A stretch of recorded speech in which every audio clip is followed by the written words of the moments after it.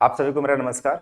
अभी ये वीडियो मैंने लाइव करी थी यूट्यूब के ऊपर थोड़ी देर पहले, लेकिन टेक्निकल ग्लिच की वजह से जैसे वीडियो स्टक हो रही थी, बफरिंग हो रही थी, उसकी वजह से मैं वहाँ पे कंटिन्यू नहीं कर पाया। तो मैंने सोचा कि लगे हाथ इसको रिकॉर्ड कर लेता हूँ और आपके लिए अपलोड कर लेता हूँ। एक बार मैं चेक कर लेता हूँ कि यहाँ पे किसी तरह की कोई बफरिंग तो नहीं हो रही, जैसे वीडियो वगैरह स्टक तो नहीं हो रहा। होप सो सब कुछ सही हो। चेक तो कर लिया मैंने अपने हिसाब से, आवाज़ वगैरह भी सही आ रही हो। ठीक है, क्योंकि वीडियो यूजुअल में रिकॉर्ड करता नहीं हूँ, मैं लाइव ही क्लासेस लेता हूँ। फिर भी अभी क्या है कि वो चीज़ें हो नहीं रही थी, ये करके देख लेते हैं। तो देखिए, आज मैं आपके साथ ना जो भी एग्जाम्स हुए हैं उनके अंदर जो सेंटेंस इंप्रूवमेंट के अच्छे क्वेश्चंस हैं उनको मैं डिस्कस करूंगा। मुझे तो बहुत ज़्यादा अच्छे मिले नहीं, लेकिन जो भी मिले हैं मुझे ऐसा लग रहा है कि ये थोड़े से आपके लिए ट्रिकी हो सकते हैं या थोड़े कंफ्यूजिंग हो सकते हैं। मतलब वो क्वेश्चंस जिनके कॉन्सेप्ट बार बार रिपीट नहीं होते हैं, या वो स्टूडेंट देख करके तुरंत उसका आंसर नहीं बता सकता है। इन क्वेश्चंस को लेकर के मैं आपके साथ डिस्कस करूंगा। मुझे मतलब ऐसे क्वेश्चंस काफी लेंदी देखने को नहीं मिले या बहुत ज्यादा डिफिकल्ट देखने को नहीं मिले, लेकिन हाँ ठीक ठाक क्वेश्चंस है जिसमें मुझे लग रहा है कि थोड़ा बहुत कंफ्यूजन हो सकता है। उन्हीं चीजों को मैं आपके साथ डिस्कस करूंगा। ठीक है, अब जैसे वीडियो ये रिकॉर्डेड डाल रहा हूँ तो इसमें क्या हो सकता है कि आप 2x 1.5x जैसे मर्जी आप वैसे करके देख सकते हैं, अगर आप अपना टाइम बचाना चाहते हैं तो। ठीक है, पता नहीं मुझे ऐसा क्यों फील हो रहा है कि वीडियो स्टक हो रही है। खैर देखते हैं एक तो क्वेश्चन रिकॉर्ड करके। अब जैसे यहाँ पे देखिए क्या है कि पहला क्वेश्चन हमारे सामने क्या है। यहाँ पे लिखा हुआ है कि he has the reputation to be a kind women. अब जैसे सेंटेंस इंप्रूवमेंट को समझो आप क्या। सेंटेंस इंप्रूवमेंट एक तरीके से कॉमन एरर का ही क्वेश्चन होता है।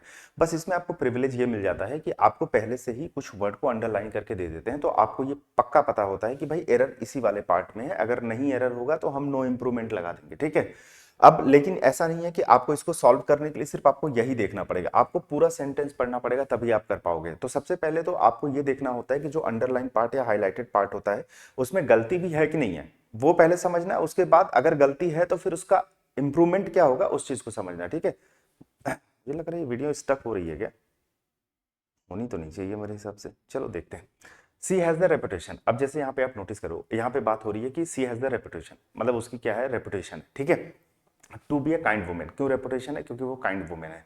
अब मैं ये आपको थोड़ा सा बताना चाहूंगा कि पहले तो मैं यहाँ पे ये जो अंडरलाइन पार्ट में 2+b लिखा हुआ है, तो पहले आप थोड़ा सा इसको समझ लो। ये जो 2b है एक्चुअली में ये 2+ वर्ब की पहली फॉर्म है। तो सबसे पहले आपको ये पता होना चाहिए कि जो इन्फिनेटिव होता है उसका यूज हम किन किन चीजों के लिए करते हैं। अब जैसे इन्फिनेटिव को तो बहुत डिटेल में पढ़ाया जा सकता है और मैंने अपने यूट्यूब चैनल पर पढ़ाया भी है। अगर आप कभी इन्फिनेटिव बाई जैसा डालेंगे तो इन्फिनेटिव, जिरेंट, पार्टिसिपल, कॉजेटिव वर्ब्स, जितने भी डिफिकल्ट कॉम्प्लेक्स टॉपिक्स हैं हर टॉपिक पढ़ाया गया है। इवन मूड वगैरह बहुत अच्छे से पढ़ाया गया है और भी फ्री ऑफ कॉस्ट। ठीक है, अब इसमें देखिए होता क्या है कि इनका यूज हम तीन चीजों के लिए करते हैं। जैसे मान लीजिए अगर मुझे पर्पस बताना हो, ठीक है, तो भी मैं कर लूंगा। अगर मुझे इंटेंशन बतानी हो तो भी मैं 2+ वर्ब की पहली फॉर्म यानी इन्फिनेटिव का यूज करूंगा। और एक बहुत कॉमन आपने सुना होगा, अगर मैं फ्यूचर एक्शन के बारे में बात करता हूँ, फ्यूचर एक्शन जिसको हम लोग पोटेंशियल एक्शन बोलते हैं, उसके बारे में भी 2+ वर्ब की पहली फॉर्म का यूज करते हैं। अब जैसे मान लीजिए मैं यहाँ पे एग्जाम्पल के तौर पर ये लिखूं कि he works hard to achieve success. अब इस सेंटेंस को आप देखो, वो कहना क्या चाहता है। वो आपसे ये कहना चाहता है कि ही वर्क्स हार्ड, वह कठिन परिश्रम करता है, टू अचीव सक्सेस, सक्सेस हासिल करने के लिए। अब एक बात बताइए, उसका कठिन परिश्रम करने के पीछे क्या पर्पज है, क्या एम है? आपने कहा कि सक्सेस को अचीव करना। तो यहाँ पे देखिए हम लोग बात किसकी कर रहे हैं, पर्पज की कर रहे हैं। तो ये पर्पज बताने के लिए हमने 2+ वर्ब की कौन सी फॉर्म लिख ली, पहली फॉर्म। अब जैसे मान लो मैं आपसे ये बोलूं, I want to learn English, मैं इंग्लिश सीखना चाहता हूँ। अब देखिए, अगर मैं कोई चीज़ खेलना चाहता हूँ, मैं कोई चीज़ सीखना चाहता हूँ, मैं पढ़ाना चाहता हूँ, तो ये मेरी इंटेंशन है। तो ये जो इंटेंशन है बताने के लिए देखिए हमने यहाँ पे भी 2+ वर्ब की पहली फॉर्म का यूज़ कर लिया। अब जैसे मान लो मैंने आपसे ये बोला कि I plan to go there, मैंने प्लान किया था वहां जाने के लिए। जैसे आप किसी चीज को जब प्लान करते हो या किसी चीज को आपको डिसाइड करते हो तो ये आपका फ्यूचर एक्शन को रिप्रेजेंट करता है। जैसे आपने प्लान किया, प्लान आज करते हो तो हो सकता है एक हफ्ते बाद, एक महीने बाद, एक साल बाद कहीं पर जाते हो। ठीक है, तो ये चीज हो गया। तो ये फ्यूचर एक्शन बताने के लिए हमने 2+ वर्ब की पहली फॉर्म का यूज कर लिया। अब इस सेंटेंस के अंदर अगर हम देखें तो कह रहा है यहाँ रेपुटेशन की बात हो रही। तो अगर मैं रेपुटेशन की बात करूं तो रेपुटेशन देखिए क्वालिटी होती है किसी इंसान की। जैसे ना आपने अपनी सोसाइटी में कैसी इमेज बना रखी है, आपने इस दुनिया में अपनी इमेज कैसी बना रखी है, तो रेपुटेशन एक तरीके की इमेज होती है, इंसान की क्वालिटी होती है। अब यहाँ पे ना तो हम पर्पस की बात कर रहे हैं, ना हम इंटेंशन की बात कर रहे हैं, ना हम फ्यूचर एक्शन की बात कर रहे हैं। तो सबसे पहले तो हमें ये क्लैरिटी मिल गई कि ये गलत है। अब सही करने का तरीका क्या है? देखिए, जब हम स्टेट की बात कर रहे होते हैं, या जब हम क्वालिटी की बात कर रहे होते हैं, या फिर जब हम कंडीशन की बात कर रहे होते हैं, इसके लिए हम वर्ब की आईएनजी फॉर्म यानी किसका यूज करते हैं, जीरंड का यूज करते हैं। इस बात को थोड़ा ध्यान रखिएगा आप सभी लोग। ठीक है, अब जैसे मैंने आपसे ये बोला कि ही इज फेमस। अब देखिए, अगर मैंने आपसे ये कहा कि वह फेमस है, ठीक है, अब वो फेमस क्यों है? फॉर हेल्पिंग अदर्स, दूसरों की मदद करने के लिए वो फेमस है। अगर मान लीजिए मैं यहीं पे लिख देता ही इज फेमस, अब जैसे मैं यहाँ पे टू हेल्प लिख देता तो ये पता है गलत हो जाता। क्यों? क्योंकि मैं बता रहा हूँ फेमस है। अब फेमस एक तरीके की उसकी क्या होगी, क्वालिटी होगी, ठीक है। अब अगर मैं किसी चीज की क्वालिटी बता रहा हूं तो क्वालिटी बताने के लिए हमको जीरेंड बताना पड़ेगा, और वो जीरेंड हमने यहाँ लिखा। अब क्या है कि ये जो जीरेंड हमने लिखी है और ये जो हमने फेमस यहाँ पे एडजेक्टिव लिख रखा है, इन दोनों को आपस में कनेक्ट करने के लिए जो सुटेबल प्रेपोजिशन होता है उसका यूज किया जाता है। जैसे हमने यहाँ फेमस के साथ फॉर लगा लिया, यहाँ पे हमने ऑफ के साथ अगर मैं यहाँ पे ऑफ लगाऊंगा, ठीक है, तो मैंने यहाँ पे बिंग लगा लिया। आ रही है बात समझ में आप लोगों को? तो यही चीज है कि ये क्वालिटी बतानी है तो क्वालिटी के लिए हमको जीरेंड लगाना पड़ेगा, तो जीरेंड के लिए हम तो बिंग लगा देंगे, ठीक है। ये तो चलिए हमारा सही हो गया। लेकिन अब जाहिर सी बात है, ये जो हमने रेपुटेशन लिखा हुआ और ये हमने बिंग जीरेंड लिखा हुआ, क्योंकि जीरेंड भी नाउन के तरीके से एक्ट करता है, तो इन दोनों को आपस में रिलेट करने के लिए एक प्रीपोजिशन लगानी पड़ेगी ऑफ। तो यहाँ पे जो टू हैव काइंडनेस है वो गलत था, टू बी काइंड हार्टेड गलत था, तो of being a kind women हो जाएगा। देखिए, मैं अपनी तरफ से पूरा समझाने की आप लोगों को कोशिश करूंगा, और होप सो, उम्मीद भी यही करूंगा कि आप लोग को अच्छे से चीजें समझ में आ जाए। मतलब मैं ऐसा नहीं करूंगा कि इसका आंसर ये होगा, इसका आंसर ये होगा, इसका आंसर ये होगा, मतलब सही तरीके से पढ़ाऊंगा। जैसे मान लीजिए ये क्वेश्चन है तो ये गलत क्यों है वो भी समझाऊंगा, और इसका सही क्या होगा वो भी समझाऊंगा, ठीक है। अब जैसे the doctor advise him, doctor ने क्या किया, एडवाइस किया, किसको किया, उसको किया। अच्छा, क्यों क्या किया? टू अवॉइड ईटिंग स्वीट्स, उसने, डॉक्टर ने कहा कि ये जो ईटिंग स्वीट्स है, मतलब स्वीट्स खाना आप क्या करो, अवॉइड करो। एंड, अब जरा इसका ध्यान से देखिएगा, हर सेंटेंस में ये जो एंड आते हैं ना, इनके बहुत इंपॉर्टेंट रोल होता है। एक्चुअली में ये जो एंड होता है वो आपका कोऑर्डिनेट कंजंक्शन होता है। तो जो कोऑर्डिनेट कंजंक्शन होता है, इनका काम होता है सेम रैंक के स्ट्रक्चर को आपस में जोड़ना, ठीक है। अब ये सेम रैंक का स्ट्रक्चर क्या है मैं समझाता हूं, जिसको आपने पैरेललिज्म सुना होगा। तो यहाँ पे ये क्या कह रहे हैं कि ईटिंग स्वीट्स यानी मिठाई खाना अवॉइड करना है, और डूइंग एक्सरसाइज, अगर आप नोटिस करो, ये जो डूइंग एक्सरसाइज है और ये जो ईटिंग स्वीट्स है, इन दोनों के लिए पता है क्या लग गया है, टू अवॉइड लग गया है। तो इसका पता सेंटेंस का जो मीनिंग है वो ये निकल रहा है कि डॉक्टर ने उसको एडवाइस किया कि आपको ईटिंग स्वीट्स ये भी अवॉइड करना है और साथ साथ डूइंग एक्सरसाइज भी अवॉइड करना है। अब ये बात देखिए कितनी इलॉजिकल लग रही होगी आपको, कि कोई डॉक्टर आपको ये बोलेगा कि भाई आप मिठाई मत खाओ, ये तो आपको समझ में आ रहा है, और कह रहा एक्सरसाइज भी मत करो। कोई भाई स्पेसिफिक केस हो गया, वो बात देखिए अलग है, वहां पे ऐसे मत जोड़िएगा सर उसके बैकबोन में कोई प्रॉब्लम हो, उसके शोल्डर में इंजरी हो, उस उठ नहीं पा रहा हो, डॉक्टर ने शायद इसलिए बोला हो, ऐसा नहीं है, ठीक है। एक्चुअली क्या है कि हमें इतना डेप्थ में जाकर के सोचेंगे तो आप कुछ भी निकाल लेंगे करके, इतना भी लॉजिकल हमको नहीं होना है। सेंटेंस देखेंगे तो ये इलॉजिकल साउंड कर रहा है कि डॉक्टर ने उसे ईटिंग स्वीट, क्योंकि जनरली डॉक्टर क्या बोलते हैं कि जैसे आप जंक फूड खाना छोड़ दो, ईटिंग स्वीट्स वगैरह ये सारे चीजें खाने छोड़ दो, और आप एक्सरसाइज करो हेल्दी होने के लिए, डॉक्टर यही हम लोगों को बताते हैं। अब डॉक्टर ये थोड़ी बताएगा कि ईटिंग स्वीट्स भी छोड़ दो और एक्सरसाइज भी छोड़ दो, तो मतलब ये गलत है। अब इसको सही करने के लिए हम क्या करेंगे कि यहाँ लिखा है avoiding sweets and doing regular exercise, ठीक है। अब यहाँ पे क्या लिखा हुआ है कि to avoid sweets and to exercises regularly, ये सही तो लग रहा है, लेकिन टू अवॉइड स्वीट्स, अब स्वीट्स तो अवॉइड करना है लेकिन खाना अवॉइड करना है, स्वीट्स को अवॉइड नहीं करना है, ठीक है, क्योंकि स्वीट्स से हमारी कोई पर्सनल दुश्मनी नहीं है। और टू के साथ वर्ब की पहली फॉर्म आती है, यहाँ पे ऐसा आ गया टू अवॉइड ईटिंग स्वीट्स। अब यहाँ पे देखिए ये दो डिफरेंट चीजें हैं, स्वीट्स को खाना अवॉइड करना और एक्सरसाइज करना। तो यहाँ पे देखिए ईटिंग स्वीट्स के लिए टू अवॉइड आ गया, टू प्लस वर्ब की पहली फॉर्म, और यहाँ पे टू एक्सरसाइज रेगुलरली यानी रेगुलर एक्सरसाइज करने के लिए टू एक्सरसाइज हमने यहाँ पे लगा दिया, तो ये हमारा सही है, बाकी चीजें गलत थी, ये करेक्ट था। अगला देखिएगा, जैसे ये ना, मतलब इस बार मैंने देखा ये ट्रेंडिंग क्वेश्चन है। अब इसमें क्या है कि she insisted me to take the medicine, अब मेरी बात को पहले ध्यान से सुन लेना।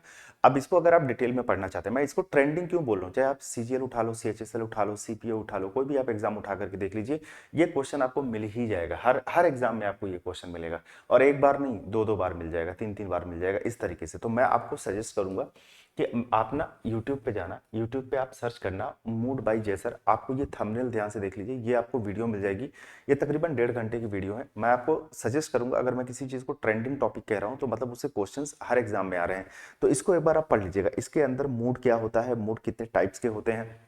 पहले क्या होता था जब टीसीएस पैटर्न थी उसमें पास्ट सब्जेक्टिव मूड से बहुत ज्यादा क्वेश्चंस पूछे जाते थे, लेकिन इस बार क्या इन्होंने किया है, पास्ट सब्जेक्टिव मूड को भूल गए हैं, मतलब उससे भी एक आध क्वेश्चन आए हैं, लेकिन प्रेजेंट सब्जेक्टिव मूड से हर जगह क्वेश्चन आ रहे हैं।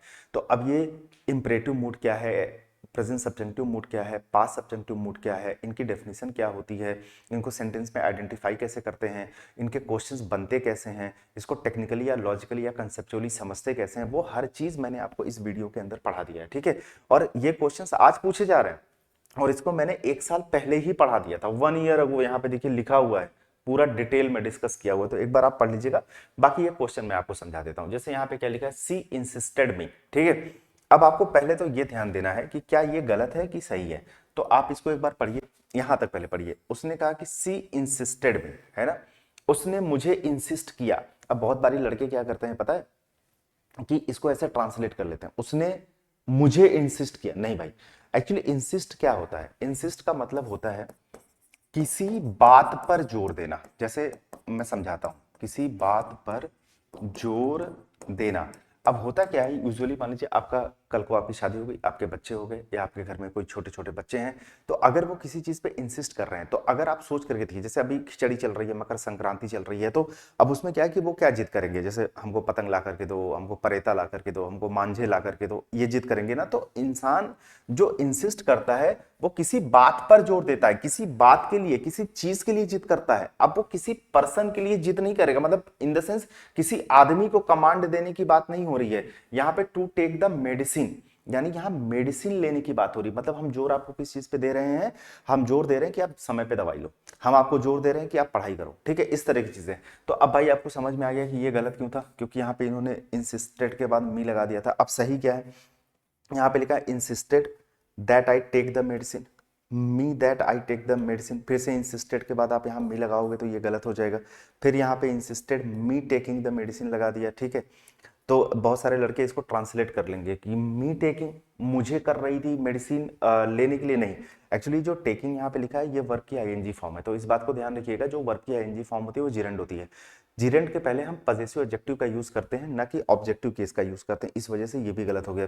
अब दो चीजें बची, टू टेक मेडिसिन बाय मी, ये भी गलत है, क्योंकि आप लोगों ने अगर प्रेजेंट सब्जेक्टिव मूड पढ़ रखा होगा, that I take the medicine, ये हमारा सही हो जाता है। ठीक है, तो ये ध्यान रखिएगा। एक एग्जाम्पल देता हूं, जैसे मैंने बोला he insisted that, he insisted that, उसने इंसिस्ट किया, क्या किया कि सी, जैसे यहां पे ऐसे भी दे देगा केम early.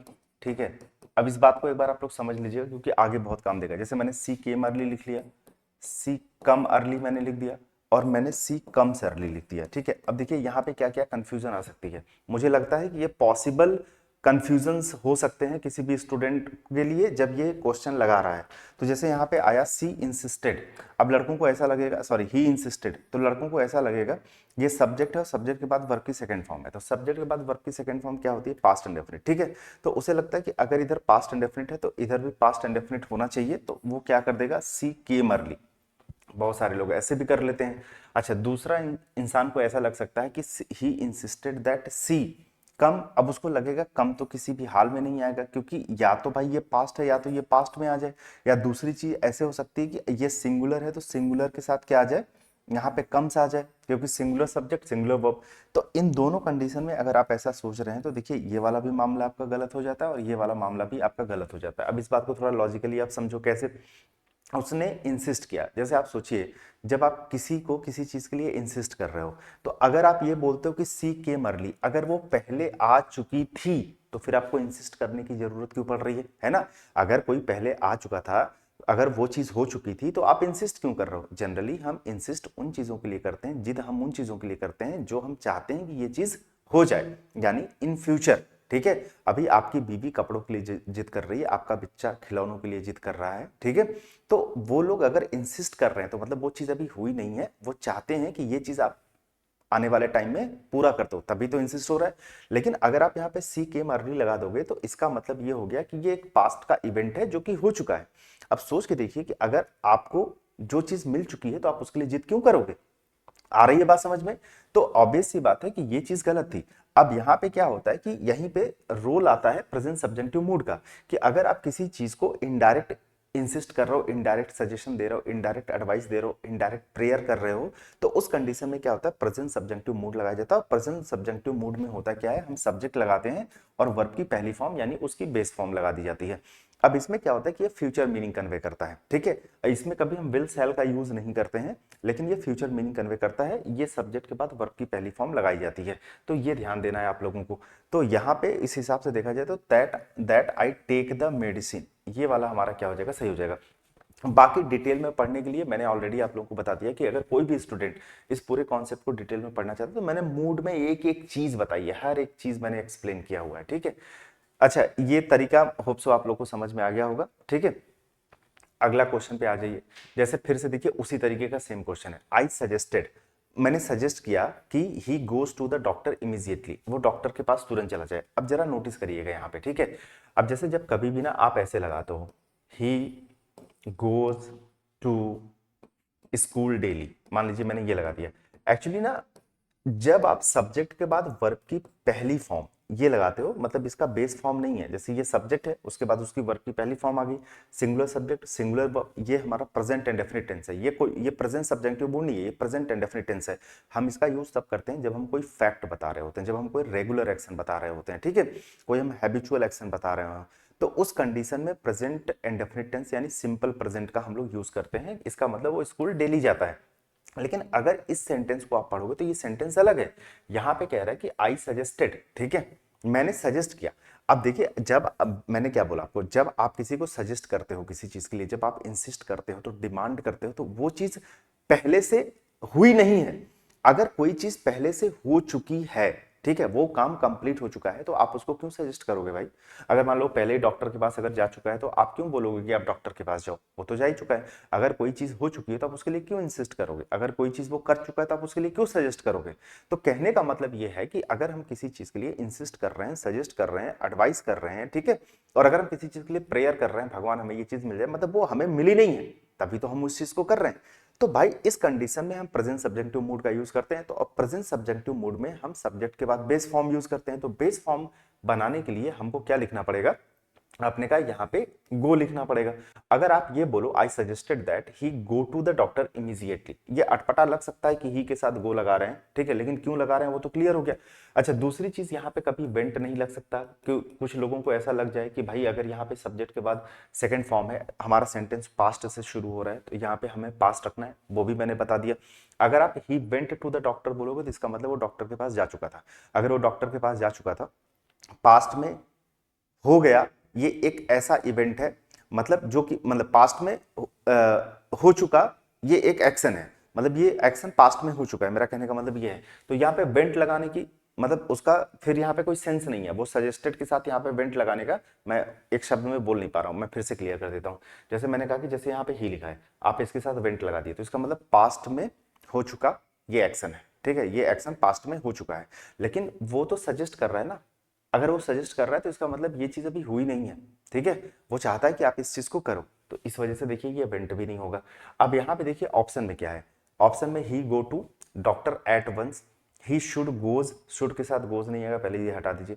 He go to the doctor immediately, तो he go to the doctor, ये नहीं होगा, ये भी नहीं होगा, ठीक है, क्योंकि पूरा देखा जाए तो यही हमारा सही हो जाए, go to the doctor immediately. ये मैं अपनी तरफ से आपको समझा इसलिए रहा हूँ क्योंकि मैं चाहता हूं कि ये थोड़ा सा क्लियर कर लूं, क्योंकि ये कॉन्सेप्ट बहुत पूछा गया, बहुत पूछा गया है। अब जैसे अगला क्वेश्चन देखो, इट इज हाई टाइम, जैसे इट इज हाई टाइम होता है, एक आपका इट इज अबाउट टाइम होता है, ठीक है, और एक इट इज टाइम होता है। इन तीनों को याद रखिएगा, ये कहीं भी आपको दिखेंगे ना तो आपको तुरंत देखते ही समझ में आ जाएगा। एक्चुअली ये तीनों जो होते हैं ना, इनका पहले मतलब आप समझो। इनका मतलब होता है इट इज ऑलरेडी लेट, ठीक है, मतलब यह काम अब तक हो जाना चाहिए था। एक्चुअली हम अगर इन तीनों का यूज कर रहे हैं तो इन तीनों का यूज करने का मतलब ही ये है कि हम ये कह रहे हैं कि ये काम अब तक हो जाना चाहिए था, ठीक है। अगर इंग्लिश में बताऊं तो आप ये कहना चाहते हो इट इज ऑलरेडी लेट, अब पहले से लेट हो भाई, ठीक है, मतलब जाहिर सी बात है अगर मैं आपको ये बोल रहा हूं कि ये काम पहले हो जाना चाहिए था, तो ऑब्वियस सी बात है आप पहले से लेट हो। तो यहां पे हम लोग क्या शो कर रहे हैं पता है, रिग्रेट शो कर रहे हैं, रिग्रेट। ये तो मैंने आपको थोड़ा सा कॉम्प्लिकेशंस, आपको लगेगा आपने इन चीजों को कॉम्प्लिकेटेड कर दिया, आपको मैं सिंपल बताता हूं, ठीक है। आप ऐसे कर लो, कभी भी अगर इट इज टाइम आ जाए, ठीक है, या कभी भी इट इज हाई टाइम आ जाए, या फिर आपके सामने इट इज अबाउट टाइम आ जाए, ये तो मैं आपको सीधा सीधा बता रहा हूँ। इसके बाद कोई सब्जेक्ट आए तो आप वर्ब की सेकंड फॉर्म लिखना। क्यों? क्योंकि ये जो हमारे सामने फ्रेजेस लिखी गई है ना, इट इज टाइम या it is high time, it is about time, actually क्या है, ये इमेजिनेशन बताती है, ठीक है। और अगर हम किसी चीज की इमेजिनेशन की बात कर रहे हैं, मतलब इमेजिनेशन वो हो गई कल्पना, जो कि अभी हुई नहीं है, तो उसके लिए हम वर्ब की सेकंड फॉर्म का यूज कर लेते हैं, ठीक है। अगर आप मान लीजिए वर्ब की पहली फॉर्म का यूज कर लोगे तो इसका मतलब आप फैक्ट बता रहे हो कि वो चीज हो चुकी है। लेकिन अगर मैं यहाँ पे बता रहा हूँ it is time, it is high time, it is about time, जैसे मैंने कहा कि ये काम अब तक हो जाना चाहिए था। अब तक हो जाना चाहिए था का मतलब क्या है कि अभी तक वो काम हुआ नहीं, ठीक है। इट इज ऑलरेडी लेट, बहुत लेट हो चुका है, वो रिग्रेट शो कर रहा है इस चीज को लेकर के। तो हो जाना चाहिए था लेकिन हुआ नहीं, हो जाना चाहिए था मतलब पास्ट में हम इस चीज को इमेजिन कर रहे हैं, ठीक है, कि हो जाना चाहिए था। तो उसी उस इमेजिनेशन को बताने के लिए हम सब्जेक्ट प्लस वर्ब की सेकेंड फॉर्म का यूज करते हैं। तो होप सो ये आपको क्लियर होगा, ठीक है। तो it is high time, you must change, नहीं यू चेंज्ड हो जाएगा यहाँ पे। इतना खैर लड़कों को मैं इसलिए थोड़ा सा लॉजिकली बता देता हूँ क्योंकि आजकल ना एक बड़ी लहर चली हुई है, ये मास्टर साहब तो लॉजिकली पढ़ाते हैं, ये तो टेक्निकली पढ़ाते हैं, ये तो रटे रटाए बता देते हैं। तो मुझे लगता है कि भाई जरूरत नहीं है तो भी बता दो, क्योंकि अगर ये सीधे सीधे मैं बता दूं ना, ये आपको ऐसे ही आएगा, ये आएगा सब्जेक्ट आएगा वर्ब सेकंड फॉर्म, तो पता है उनको क्या लगता है कि मास्टर साहब रट के आए। तो मतलब ये ऐसी मेंटेलिटी हो गई स्टूडेंट की, तो इस वजह से मैं लॉजिक भी बता देता हूँ कि भाई आप अपना लॉजिकली भी चीज़ों को देख लो, ठीक है, आपको सेटिस्फैक्शन रहे। जैसे लिखा I was discussing about the issue with him, ये क्वेश्चन ईजी है लेकिन मुझे ऐसा लगा कि कुछ लोगों को कंफ्यूजन हो सकता है, तो इस वजह से मैंने रख लिया। जैसे आई वॉज डिस्कसिंग, आपने ये पढ़ा होगा ट्रांजिटिव वर्ब, हर लड़के ने पढ़ा होगा। एक आपका होता है इन ट्रांजिटिव वर्ब। देखिए ट्रांजिटिव और इन ट्रांजिटिव वर्ब में डिफरेंस क्या होता है कि जैसे ट्रांजिटिव वर्ब वो वर्ब होते हैं जिनके बाद ऑब्जेक्ट आता है, ठीक है।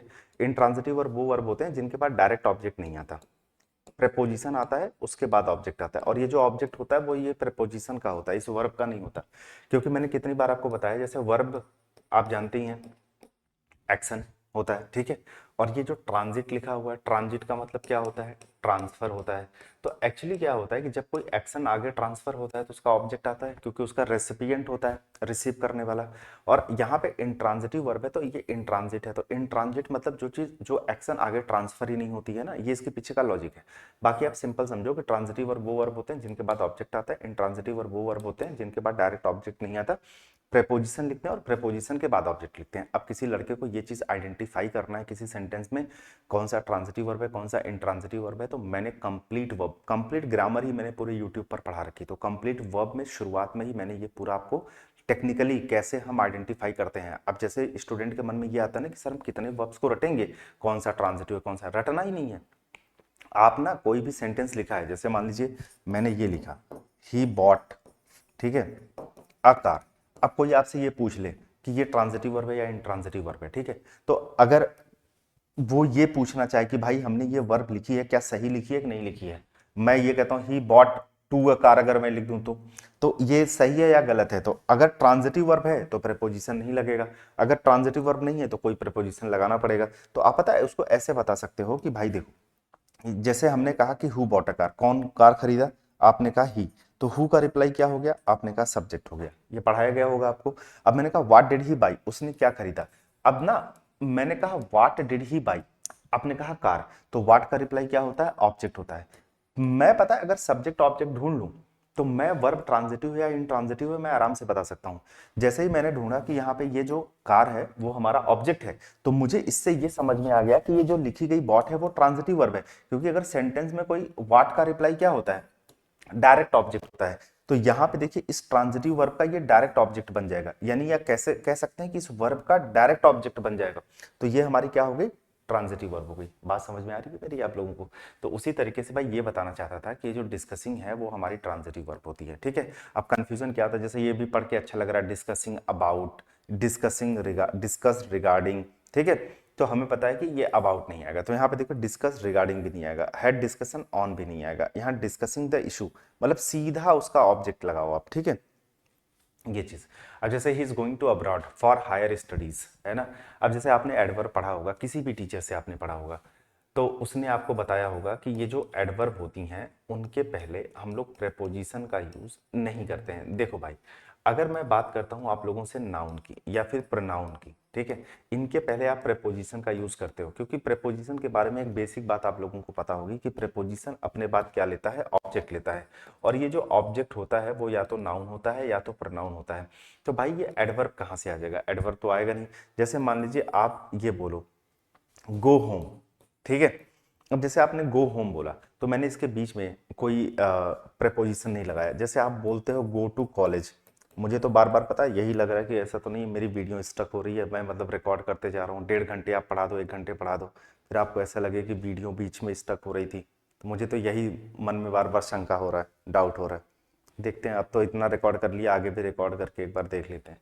तो जैसे हम लोग लिखते हैं गो होम या हमने लिखा गो टू कॉलेज, अब इन दोनों में एक चीज़ नोटिस करो कि आपने यहाँ पे गो टू कॉलेज लिखा हुआ है, यहाँ पे आप गो होम लिखा है। ये एक्चुअली में यहाँ पे जो आपने होम लिखा है, होम एडवर्ब के तरीके से एक्ट करता है ना, तो क्योंकि ये वेयर का रिप्लाई होता है, वेयर, तो ये होम एडवर्ब है, तो यहाँ पे हमने कोई प्रेपोजिशन नहीं लगाया।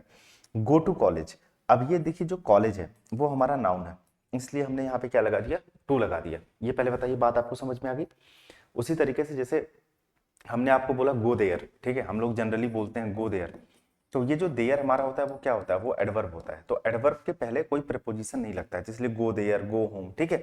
तो उसी तरीके से जो अब्रॉड लिखा है, अब्रॉड हमारी एडवर्ब होती है, तो एडवर्ब के पहले कोई प्रेपोजिशन का यूज मत करिए। प्रेपोजिशन का यूज करना है तो नाउन प्रोनाउन के पहले करिए आप, ठीक है। तो अब he is going to abroad, he is going abroad लिखिए, ये सही है आपका।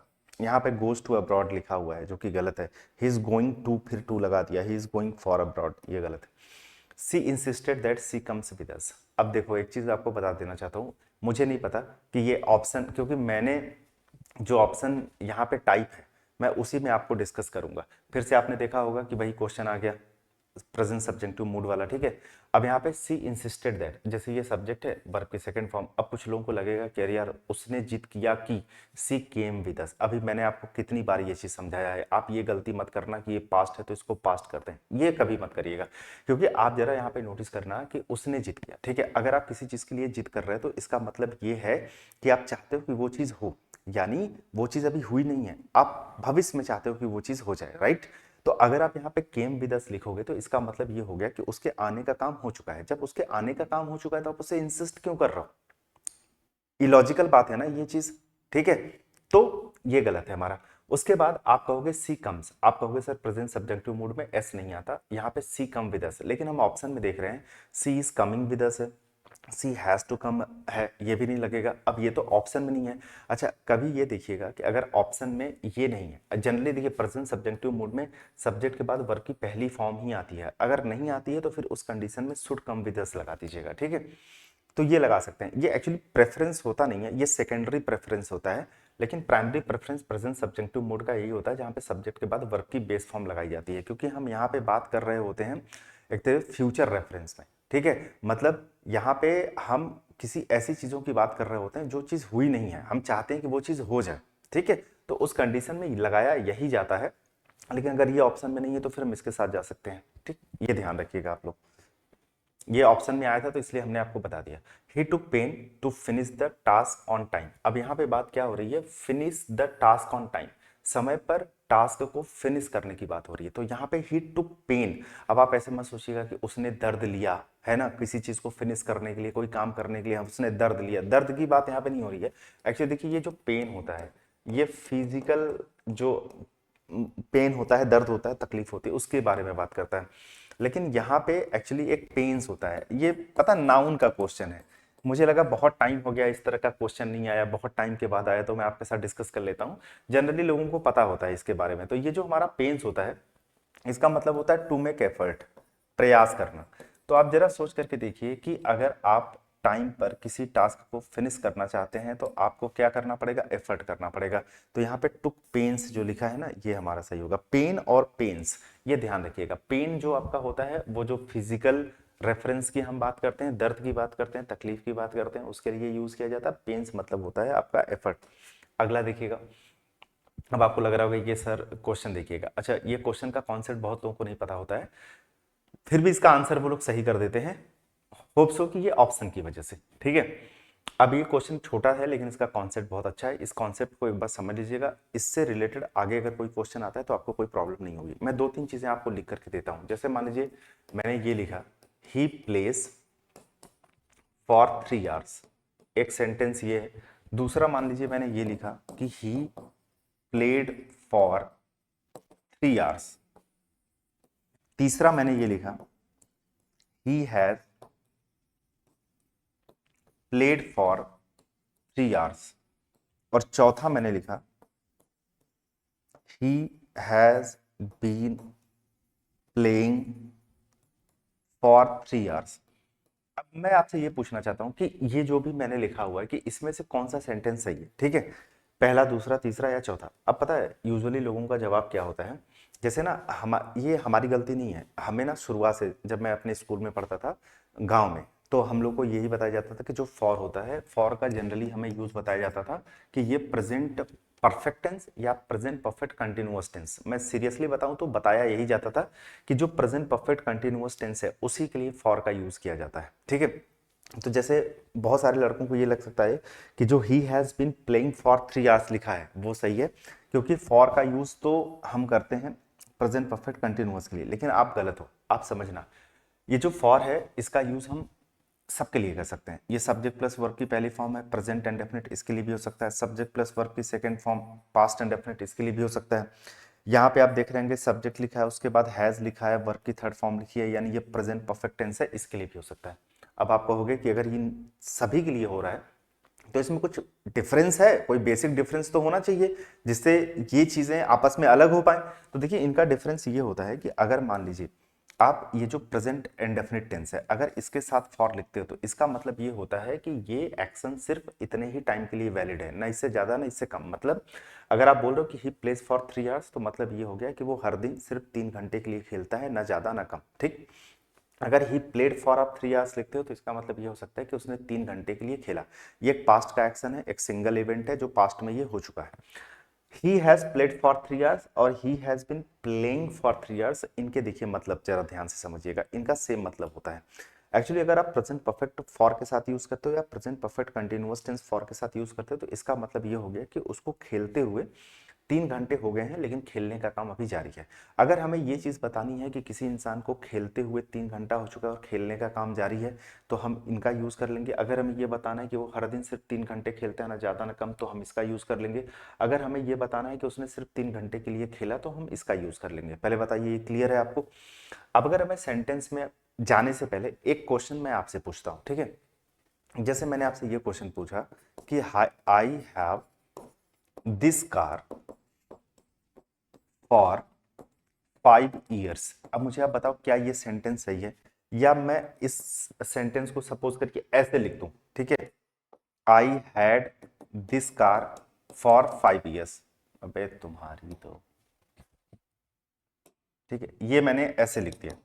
अब तीसरा मैंने ऐसे लिख दिया, I have been this car for 5 years, ठीक है। अब इन तीनों में कौन सा सही है कौन सा गलत है। अब देखिए आप ना वीडियो पॉज करके अपना अपना तुक्का लगा लीजिएगा, ये सही है ये गलत है ये गलत है ये सही है, ठीक है। लेकिन मैं आपको थोड़ा सा ना बता देता हूँ।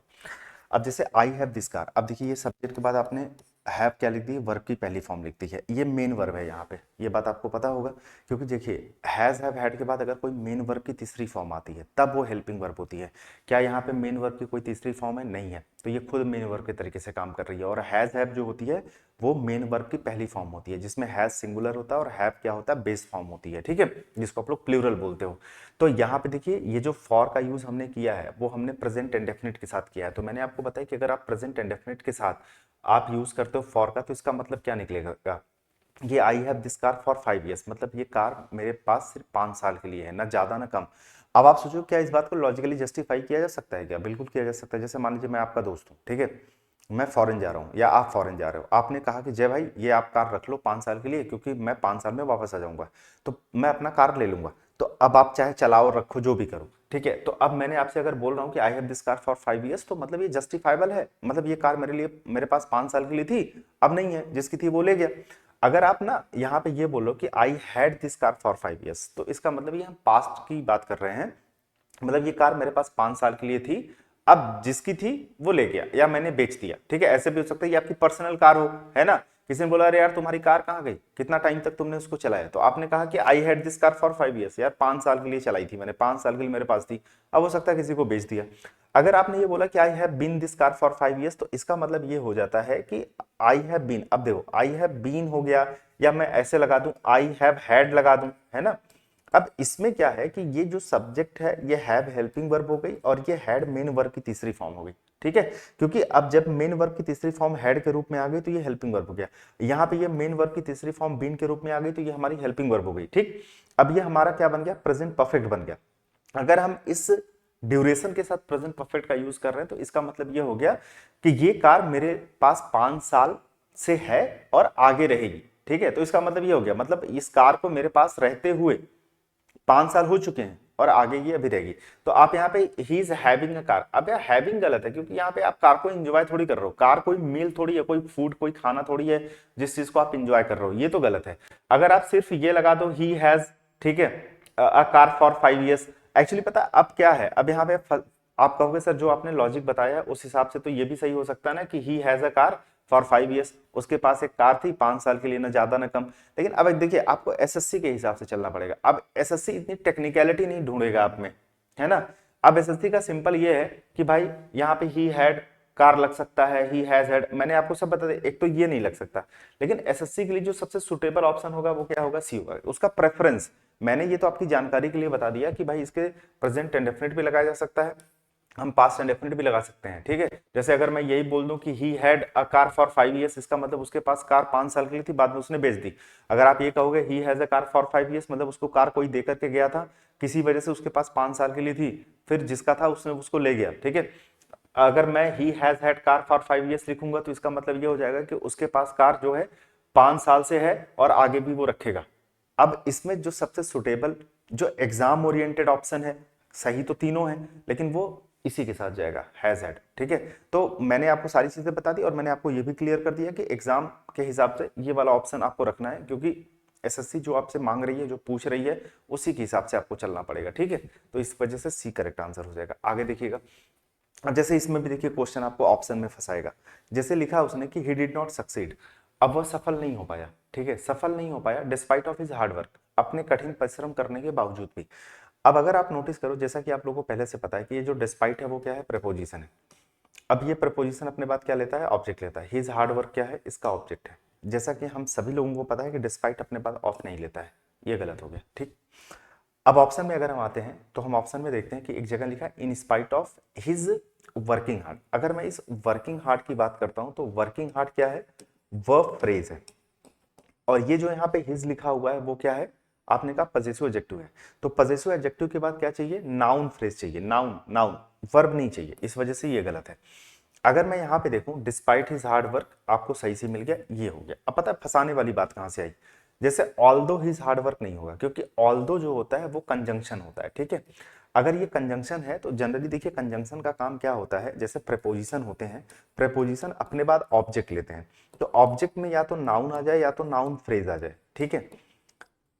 लेकिन ये जो कंजंक्शन होता है ना, ये तो कंजंक्शन है, प्रपोजिशन तो है नहीं, ये अपने बाद ऑब्वियस सी बात है कोई नाउन फ्रेज तो ले नहीं पाएगा, ये क्लॉज लेते हैं, यानी सब्जेक्ट प्लस वर्ब का कॉम्बिनेशन, सेंटेंस। तो अगर मैं ये बोलूं ऑल्दो ही वर्कड हार्ड, ये भी बिल्कुल सही है, ये सेंटेंस मैं बता रहा हूं आपको, कोई गलत ही नहीं कर सकता, क्योंकि जरा पढ़ के देखो ना, ही डिड नॉट सक्सीड, वह सफल नहीं हो पाया, ऑल्दो ही वर्कड हार्ड, जबकि उसने कठिन परिश्रम किया था। ये जो हमने ऑल्दो लिखा है ना, ये भाई एक कंजंक्शन, ठीक है। अब ये जो कंजंक्शन है इसका काम होता है कंट्रास्ट बताने का। कंट्रास्ट मतलब होता है दो अपोजिट स्टेटमेंट को आपस में जोड़ना, जिसको हम विरोधाभास कहते हैं। अगर आप ये कह रहे हो कि उसने कठिन परिश्रम किया, अगर किसी ने कठिन परिश्रम किया तो उस हिसाब से उसको क्या हो जाना चाहिए, सफल हो जाना चाहिए। आप एक तरफ कह रहे हो कि कठिन परिश्रम किया और सफल भी नहीं हो पाया, तो एक तरफ ये नेगेटिव है और कठिन परिश्रम करना पॉजिटिव है। पॉजिटिव और नेगेटिव दो अपोजिट चीजें हैं, ये कॉन्ट्राडिक्शन है, तो कॉन्ट्राडिक्शन बताने के लिए ऑल्दो तो लग जाएगा। अब कुछ लोग अगर इसको ऐसे जस्टिफाई करें, अरे सर ऑल्दो तो सेंटेंस की शुरुआत में लगता है, ऐसा नहीं है भाई, आप सेंटेंस की शुरुआत में, बीच में, दोनों जगह पे लगा सकते हो, ठीक है। तो फिर ये क्यों नहीं होगा, है तो ये भी सही, अब जरा ध्यान से देखिएगा, सेंटेंस इंप्रूवमेंट में एक्चुअली रिप्लेसमेंट का जो नेचर होता है वो बहुत ध्यान से देखिएगा। रिप्लेसमेंट का नेचर क्या हो गया, एक्चुअली ये प्रेपोजिशन है और प्रेपोजिशन के बाद हमको यहाँ पे जो चाहिए वो चाहिए नाउन फ्रेज, ठीक है। लेकिन यहाँ पे आप जो देख रहे हो ही वर्कड हार्ड, ये क्या है आपका क्लॉज है। एक्चुअली अगर हमें नाउन फ्रेज को रिप्लेस करने के लिए मिल जाए, मतलब अगर नाउन की जगह पे नाउन ही आ जाए, नाउन फ्रेज की जगह पे नाउन फ्रेज आ जाए, तो ये रिप्लेसमेंट के नेचर को जस्टिफाई करता है। लेकिन यहाँ पे सेंटेंस में नाउन फ्रेज दिया है, फिर हम उसको बदल के क्लॉज कर देते हैं, तो ये थोड़ा सा अटपटा हो जाता है ना। तो ये होता है रिप्लेसमेंट का नेचर, है ना। जैसे मान लीजिए मेरे गाड़ी में स्कूटी है, अगर स्कूटी में जो चक्का लगा है, ठीक है, अगर उसको मैं रिप्लेस कराना है तो वो स्कूटी वाला ही चक्का लगे तो ज्यादा सही लगेगा। अब उसमें आप स्प्लेंडर का चक्का लगा देंगे तो एक तरफ से खड़ी हो जाएगी, एक तरफ जाके बैठ जाएगी, तो क्या ये सही रिप्लेसमेंट का नेचर हुआ? नहीं। तो स्कूटी में टायर जो लगेगा वो स्कूटी वाला ही लगेगा, बाइक में जो लगेगा वो बाइक वाला ही लगेगा। तो वो रिप्लेसमेंट का नेचर हमें यहाँ ध्यान देना है, अदरवाइज सही तो ये भी है। तो इस वजह से ये सीधे सीधे सही हो गया। अगर ये ऑप्शन में नहीं होता तो हम भाई इसके साथ चले जाते, ठीक है। तो ये भी प्लीज ध्यान दीजिएगा आने वाले टाइम में। अब ये क्वेश्चन पता नहीं आपको पता है कि नहीं पता है, ये तो ऐसे ही है, लिखा है he walked bare footed into the room, ठीक है। अब क्या होता है आपको पता है, एक्चुअली में ये होता है, इसको थोड़ा ध्यान दीजिए। मैं आपकी अवेयरनेस के लिए मैंने क्वेश्चन रखा था, ऐसा नहीं कि डिफिकल्ट था। जैसे bare footed, bare foot, bear foot, bare footed, इसमें कंफ्यूज मत होइएगा। एक्चुअली ये जो बेयर फुट होता है ना, ये दो तरीके से काम करता है, एडजेक्टिव और एडवर्ब। जैसे आपने कहा ही वॉज बेयर फुट, इसको एक साथ लिखिएगा, ठीक है। वो नंगे पैर था, तो कौन था नंगे पैर? ही, ये सब्जेक्ट है जो कि प्रोनाउन है, तो ये क्या हो गया आपने कहा, ये एडजेक्टिव हो गया। जैसे मैं यहाँ पे अगर ऐसे लिख दूं ही वॉक्ड बेयर फुट, तो ये क्या है? सब्जेक्ट है। ये क्या है? वर्ब है। अब ये किसको मॉडिफाई कर रहा है? वर्ब को। वर्ब को मॉडिफाई कर रहा है, तो अब ये क्या हो गया? एडवर्ब। यहाँ पे ये क्या होगा? एडवर्ब। ये एडवर्ब के तरीके से काम कर रहा है और इसका लिखने का जो सही तरीका होगा वो क्या हो जाएगा? बेयर फुट हो जाएगा। यहां देखिएगा, अब इस क्वेश्चन को देखिएगा, लिखा हुआ the manager has been dismissed on charges to accept bribes, ठीक है, ये क्वेश्चन है। अब देखो यहां पे लिखा जो मैनेजर है हैज बीन डिसमिस्ड, अब इसके बाद हैज बीन लगाया है आपने, मतलब ये पैसिव वॉइस में है, क्योंकि कभी भी अगर हैज लग जाए, हैव लग जाए, उसके बाद बीन लग जाए और वर्ब की तीसरी फॉर्म लग जाए तो पैसिव वॉइस होता है।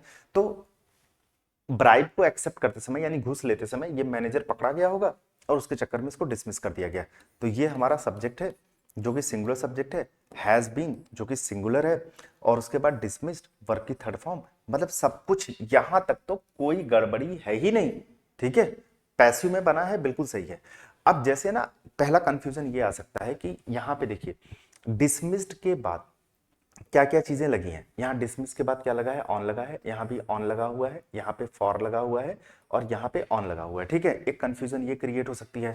तो आपको यहाँ पे ये समझना पड़ेगा कि एक्चुअली ये डिसमिस्ड के साथ ऑन नहीं आता है। ये जो सेंटेंस में ऑन आया है वो डिसमिस्ड के साथ नहीं आया है, ये एक्चुअली आया है इसके लिए, ये जो ऑन चार्जेस लिखे हैं इसके लिए। एक्चुअली में ये जो ऑन हम लिखते हैं ना, उसके बाद ये लिखते हैं हम लोग चार्जेस, उसके बाद क्या लिखा जाता है? ऑब्वियस सी बात है ऑफ लिखा जाता है, ऑन चार्जेस ऑफ। तो ये जो ऑन आता है ये इसके साथ आता है, ये पूरी फ्रेज ऑन चार्जेस ऑफ एक साथ आती है। और जो इसमें ये ऑन होता है इसका मतलब होता है ऑन द बेसिस ऑफ, यानी के आधार पर, यानी आरोपों के आधार पर। तो ये जो ऑन है, ये ऑन का यहाँ पे कॉन्टेक्स्ट होता है ऑन द बेसिस ऑफ, यानी के आधार पर। किसके आधार पर हम लोग यहाँ पे बात कर रहे हैं? आरोपों के आधार पर हम लोग बात कर रहे हैं, ठीक है। तो भाई ये ध्यान रखिएगा, डिसमिस्ड के साथ यहाँ पे ऑन नहीं आया है, यहाँ पे ऑन इसके साथ आया, ऑन चार्जेस ऑफ। तो यहाँ पे पहले तो हम डिसमिस्ड ऑन सही है, सही है, ठीक है। यहाँ पे फॉर ये वाला गड़बड़ हो गया, इसको हटा दीजिए। Has been dismissed on. अब आगे जरा देखते हैं क्या क्या चीजें हैं। यहाँ पे ऑन चार्जेस फॉर लिखा हुआ है, फॉर नहीं होगा, ठीक है। यहाँ पे ऑन चार्जेस ऑफ लिखा हुआ है, यहाँ पे ऑन चार्जेस ऑफ लिखा है, यहाँ पे सीधा ब्राइबिंग कर दिया, गलत हो गया ये चीज, ठीक है। यहाँ पे ऑफ हमारी जैसे ही प्रेपोजिशन आई, अब इस प्रेपोजिशन के बाद अगर कोई वर्ब आता है तो हमेशा जेरेंट फॉर्म में रखना होता है, ये बात बहुत बार आपको पढ़ाया गया होगा। एक्सेप्टिंग क्या? ब्राइब्स। ब्राइब्स क्या है? ऑब्जेक्ट है इस वर्ब का, ठीक है, कंफ्यूज मत होइएगा, ये सब भी मैंने पढ़ा रखा है। तो हमारा करेक्ट आंसर हो जाएगा बी, ठीक है भाई। अगला देखो, देखें भाई वीडियो वगैरह सही चल रही है? ऐसा लग रहा है कि वीडियो ना जैसे स्टक हो रही है, क्या ऐसा लग रहा है? चलने में ऐसा फील हो रहा है आप लोगों को? नहीं हो रहा है?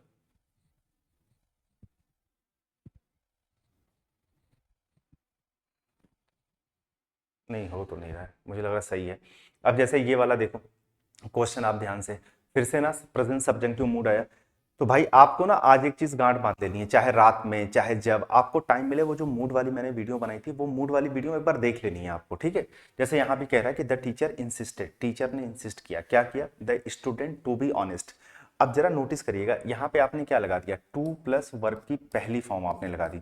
अब इन्फिनेटिव हमने कहाँ कहाँ यूज होता है, हमने आपको शुरुआत में बता दिया था। अगर हमें पर्पस बताना है, एम बताना है, इंटेंशन बताना है, पोटेंशियल एक्शन यानी फ्यूचर एक्शन बताना है, हम इनके लिए यूज करते हैं। यहाँ पे कुछ ऐसा नहीं है, एक्चुअली टीचर ने इंसिस्ट किया कि जो स्टूडेंट है ना वो ईमानदार बने, ठीक है। अब जैसे मान लो आप ऐसे लिख देते हो, जैसे अगर आप ये लिख दोगे कि द स्टूडेंट इज ऑनेस्ट, ठीक है, तो इसका मतलब क्या हो जाएगा पता है, स्टूडेंट, ये फैक्ट है कि स्टूडेंट ईमानदार है। भाई अगर स्टूडेंट ईमानदार है तो टीचर इंसिस्ट क्यों कर रहा है, तो मतलब एक्चुअली ये इज ऑनेस्ट लिखना गलत होगा, ये कभी गलती से मत लिखिएगा, मैं आपको ये समझा रहा हूं। क्योंकि टीचर चाहता है कि वो ईमानदार बने, टीचर चाहता है कि वो ईमानदार हो, मतलब वो ईमानदार है नहीं अभी, इसलिए टीचर इंसिस्ट कर रहा है इस चीज को लेकर के, ठीक है। वो चाहता है कि वो आगे चल करके ईमानदार बने, तो इज ऑनेस्ट लिख देंगे तो इसका मतलब ये निकल जाएगा कि भाई स्टूडेंट ईमानदार है। फिर ये बात इलॉजिकल हो जाएगी कि अगर वो ईमानदार है तो टीचर फिर इंसिस्ट क्यों कर रहा है, ठीक है। तो इस वजह से ये गड़बड़ हुआ। उसके बाद शुड ऑनेस्ट, देखिए मैंने आपको बताया था शुड बी ऑनेस्ट होना चाहिए, शुड ऑनेस्ट नहीं, तो ये वैसे भी। अब हमारे पास दो ऑप्शन आ गया, ये भी हो सकता है, ये भी हो सकता है, लेकिन हमने आपको शुरुआत में ही बताया था जो मतलब हमारा प्राइमरी फोकस होना चाहिए वो होना चाहिए बी ऑनेस्ट, यानी ये जो बेस फॉर्म होती है ना उसके साथ स्टूडेंट बी ऑनेस्ट। अगर ये ऑप्शन में नहीं होता तो हो सकता है हम डी के साथ जा सकते थे, जैसे एक ऑप्शन उसमें दिया था ना, तो उसके साथ जा सकते थे। अगला देखो, यहाँ पे लिखा the police is investigating the matter seriously. ये क्वेश्चन रखने लायक तो नहीं था, लेकिन फिर भी मुझे लगा कि ये थोड़ा सा बता दूं, क्योंकि मेरे दिमाग में ये चलता है ना कि हर लड़का इतना शायद होशियार ना हो। जैसे यहाँ पे आपने क्या लिखा, पुलिस लिखा है, तो पुलिस देख करके हमको ऐसा लगता है ना कि ये कहीं ऐसा तो नहीं है कि ये सिंगुलर है, तो उसके साथ इज होना चाहिए। जैसे हम पुलिस मैन लिखते हैं तो वो सिंगुलर होता है, जो पुलिस होता है उसको प्लूरल कंसिडर किया जाता है, तो पुलिस जो है वो प्लूरल होता है, तो इस प्लूरल के साथ प्लूरल वर्ब आनी चाहिए। तो ये इन्वेस्टिगेट सिंगुलर है, were investigating seriously the matter, investigate आप किसको कर रहे हो, मैटर को कर रहे हो, तो ये उसका वर्ब है, ये इसका ऑब्जेक्ट है, उसके बीच में एडवर्ब घुसा दिया गया जो कि स्ट्रक्चर ही गलत हो गया। ये भी is in investigation, are investigating, ठीक है, ये हो जाएगा। अगला देखिएगा, ये क्वेश्चन थोड़ा सा कंफ्यूज आपको कर सकता है जब आप इसको ट्रांसलेट करके देखोगे तो। जैसे क्वेश्चन क्या है, he is one of those students who has never cheated. देखिए दो तरह के स्टूडेंट होंगे इसको लगाने वाले, एक जो सीधा अपने नाक के सीधे देखते हैं, उनको दाएं बाएं से कोई मतलब नहीं है, कभी उनको किसी ने रूल रटा दिया था, उन्होंने रट लिया था, वो इस हिसाब से कर लेंगे और यहाँ पे वो सही भी हो जाएंगे। जैसे वो ऐसे देखेंगे कि भाई ये हु क्या है, उन्होंने कहा ये रिलेटिव प्रोनाउन है, तो वो देखेंगे रिलेटिव प्रोनाउन के पहले क्या आया है, दोज स्टूडेंट्स आया है, ये कैसा है, आपने कहा ये प्लूरल है। जो रिलेटिव प्रोनाउन के पहले जो भी नाउन या प्रोनाउन आता है उसको टेक्निकल टर्म में हम एंटीसीडेंट कहते हैं। अब वो एंटीसीडेंट के अकॉर्डिंग हम यहाँ पे वर्ब यूज करते हैं, अगर ये सिंगुलर है तो इधर सिंगुलर, अगर ये प्लूरल है तो इधर प्लूरल। तो लड़का कहेगा भैया इधर स्टूडेंट्स प्लूरल है तो हैज की जगह पे क्या कर दो, हैव। अब वो ज्यादा सोचेगा विचारेगा नहीं, वो कहेगा हैव नेवर चीटेड, लो हमारा आंसर हो गया, ठीक है। अब दूसरे वाले क्या होंगे जो थोड़े से अपने आप को स्मार्ट बनते हैं ना तो वो यहाँ पे स्मार्टनेस फेल उनकी हो जाती है कभी कभी, वो ऐसे पढ़ेंगे, उसको ट्रांसलेट करेंगे, वो कहेंगे कि he is one of those students. अब वो कहेंगे वन ऑफ दोज, मतलब ये जो ही इज वन, जितने भी स्टूडेंट हैं उसमें से ये जो एक है, ठीक है, हु हैज, उसने कभी चीट नहीं किया, तो उनको ऐसा लग जाएगा कि ये जो हु होता है ये तो सब्जेक्ट को रेफर करता है, ठीक है। तो और यहाँ पे जो सब, ये तो प्रेपोजिशन हो गया और ये दोज स्टूडेंट्स इस प्रेपोजिशन का ऑब्जेक्ट हो गया, ठीक है। और यहाँ पे ये जो सब्जेक्ट का रेफरेंस है ये है ही इज वन, यानी ये सब्जेक्ट है जो कि सिंगुलर सब्जेक्ट है। कहीं ना कहीं हम ये कहना चाहते हैं कि उन स्टूडेंट्स में से ये जो ही इज वन, ये एक जो है उसने कभी चीट नहीं किया, तो उनको लगेगा यार हम तो बात वन की कर रहे हैं, अगर हम सेंटेंस में वन की बात कर रहे हैं तो यहाँ पे तो हैज होना चाहिए। एक्चुअली जो लोग इस तरीके से ट्रांसलेट करके समझने की कोशिश कर रहे हैं उनका लॉजिक यहाँ पे थोड़ा सा गलत है। अब समझो, अगर आप ये कहना चाहते हो ना कि अगर आपको ये कहना है अगर जितने भी स्टूडेंट हैं उसमें से ये जो एक है उसने कभी चीट नहीं किया, तो कहीं ना कहीं आप ये कहना चाह रहे हो कि बाकी के स्टूडेंट्स चीटर हैं, यही तो कहना चाहते हो। तो अगर आपको ये कहना है कि बाकी के स्टूडेंट्स ने चीट किया है लेकिन ये वाले ने चीट नहीं किया है, तो उसके लिए आपको द ओनली लगाना पड़ेगा। ठीक है, मैंने क्या बताया, क्या लगाना पड़ेगा आपको, द ओनली। अगर ये चीज आपको बतानी हो तो यहां पे आप लोग क्या कर दिए, ही इज द, जैसे ऐसे लिख दीजिए, he is the only one. ठीक है, अब ये जो हमने ओनली लगा दिया ना, तो इससे ये बात हम जस्टिफाई कर पाएंगे कि भाई बाकी जो स्टूडेंट्स हैं उन्होंने चीट किया है, लेकिन उनमें से सिर्फ ये एक जो बंदा है ना, ये ही, ठीक है, जिसके बारे में हम बात कर रहे हैं, उसने चीट नहीं किया। अब लेकिन एक्चुअली यहाँ पे ऐसा कोई कॉन्टेक्स्ट तो है नहीं।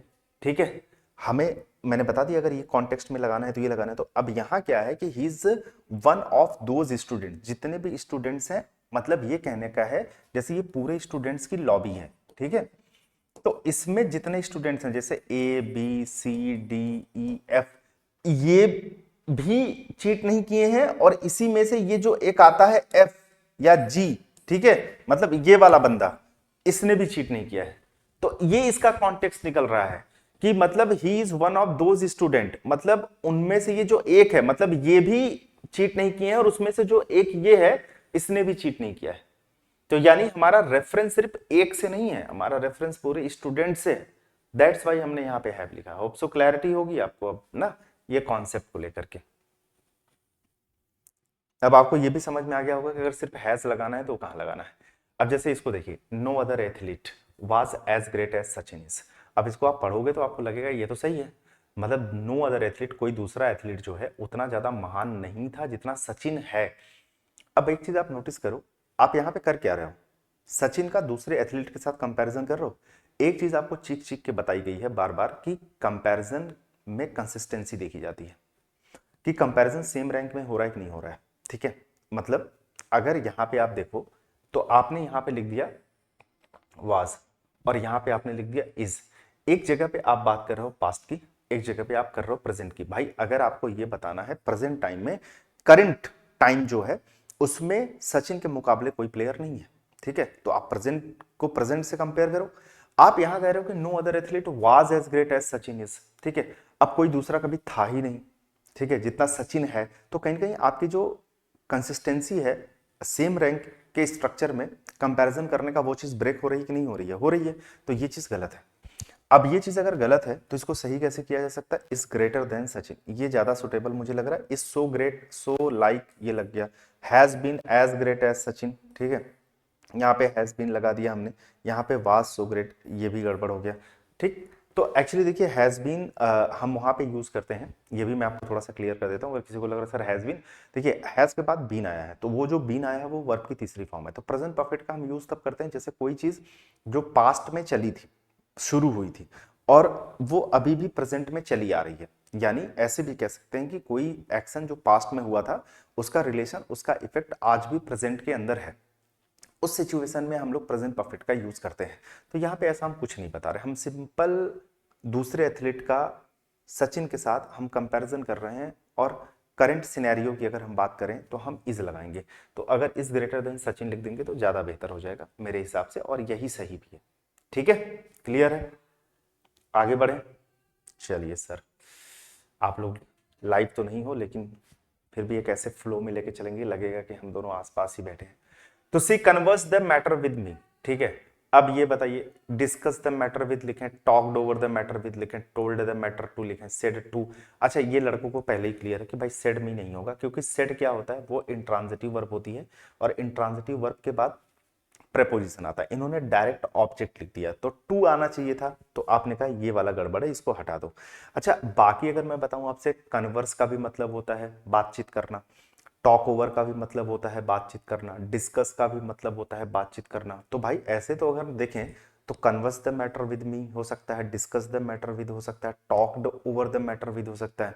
अब जैसे कुछ लोग होते हैं ज्यादा सोचने विचारने वाले स्टूडेंट नहीं होते, उन पता है वो क्या करते हैं, अरे भाड़ में गया, उनको सीधा दिख रहा है, अरे लग रहा है ये डिस्कस द मैटर, सर ने पीछे बताया भी था, डिस्कस एक ट्रांजिटिव वर्ब होती है, उसके डायरेक्ट बाद ऑब्जेक्ट, ये हमारा आंसर, सब कुछ भाड़ में गया, हमें नहीं जानना है, ठीक है।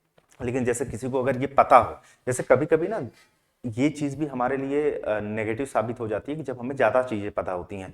अब जैसे आपने कहा कन्वर्स मतलब भी बातचीत करना, डिस्कस मतलब भी बातचीत करना, टॉक ओवर का भी मतलब बातचीत करना, तो वो कंफ्यूज हो जाएगा। तो मैं थोड़ा सा डिफरेंस आपको बता देता हूँ। पहले तो छोटी सी बात समझो आप, ये जो टॉक ओवर होता है, जैसे ये एक फ्रेजल वर्ब है। एक्चुअली जो टॉक ओवर होता है वो हमारा इंट्रांजिटिव वर्ब होता है, ठीक है, ये ध्यान रखिएगा। और उसके बाद ये जो कन्वर्स होता है ये भी हमारा इंट्रांजिटिव वर्ब होता है। तो अब तो यहां से ये क्लैरिटी मिल गई कि इंट्रांजिटिव वर्ब के डायरेक्ट बाद ऑब्जेक्ट तो नहीं आ सकता।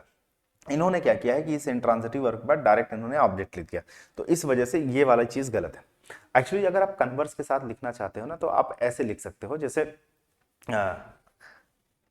यहां पे मैं लिख देता हूं, आप लिख लीजिएगा कन्वर्स्ड विद ऑफिसर, ठीक है, आप ये लिख दो कन्वर्स्ड विद ऑफिसर, या आप ऐसे लिख दो कन्वर्स्ड अबाउट पॉलिटिक्स। अब यहाँ पे अगर आप इस चीज को नोटिस करो तो यहाँ पे क्या है, यहाँ पे विद लिखा हुआ है, यहाँ पे क्या लिखा हुआ है, अबाउट लिखा हुआ है। एक्चुअली आप जब ना कन्वर्स के, अगर आप जैसे किसी पर्सन के साथ बातचीत करना चाहते हो, ठीक है, तो उसके लिए आप क्या लगा दो, विद लगा दो। अगर आप किसी चीज के बारे में बातचीत करना चाहते हो तो आप क्या लगा दो, अबाउट लगा दो। तो कन्वर्स के साथ विद भी लग सकता है, कन्वर्स के साथ अबाउट भी लग सकता है। इट डिपेंड कि अगर आप पर्सन से बात करना चाहें तो विद लगाइए, अगर आप किसी चीज के बारे में बात करना चाहते हैं तो आप क्या लगा लीजिए, अबाउट लगा लीजिए। तो ये वाला तो मैटर गलत था, ये तो आपको समझ में आ गया। अब जैसे टॉक ओवर क्या होता है, जैसे हमने कहा let's talk over the matter, ठीक है, अगर मैं आपसे ये बोलूं let's talk over the matter, चलो हम किसी मैटर के बारे में बातचीत करें, ठीक है, तो इसके लिए हम ये यूज कर लेते हैं। अब लेकिन हमारे पास अगर सबसे सटीक और सुटेबल, अच्छा ये भी बता देता हूं कि जैसे यहाँ पे टोल्ड क्यों नहीं होगा। देखो टोल्ड ना जानकारी देने के लिए यूज किया जाता है, जैसे अगर जैसे ही टोल्ड हिम, ठीक है, उसने उसको बताया। तो हम जब किसी को टोल्ड टोल्ड करते हैं किसी चीज को, तो मतलब उसको इन्फॉर्मेशन दे रहे होते हैं, हम उसको जानकारी दे रहे होते हैं। यहाँ पे हम डिस्कशन की बात कर रहे हैं, हम जानकारी देने की बात नहीं कर रहे हैं, तो इस वजह से ये भी हमारा गलत हो गया, ठीक है। तो यहाँ पे भाई जो सबसे सटीक बैठ रहा है वो यही बैठ रहा है, डिस्कस्ड। पहले बताइए, कमेंट करिएगा आप लोग कि ये चीज आपको क्लियर हुआ कि नहीं क्लियर हुआ, ठीक है। ये बेसिक बेसिक चीजें हैं, या बेसिक कह सकते हैं या थोड़ी टेक्निकल चीजें कह सकते हैं, कि जहां पे अगर चीजें अगर कंफ्यूजन हो जाए तो आंसर कुछ का कुछ हम मार के चले जाते हैं। जैसे लिखा the child cried as if he was in pain, ये तो आपको पता ही होगा।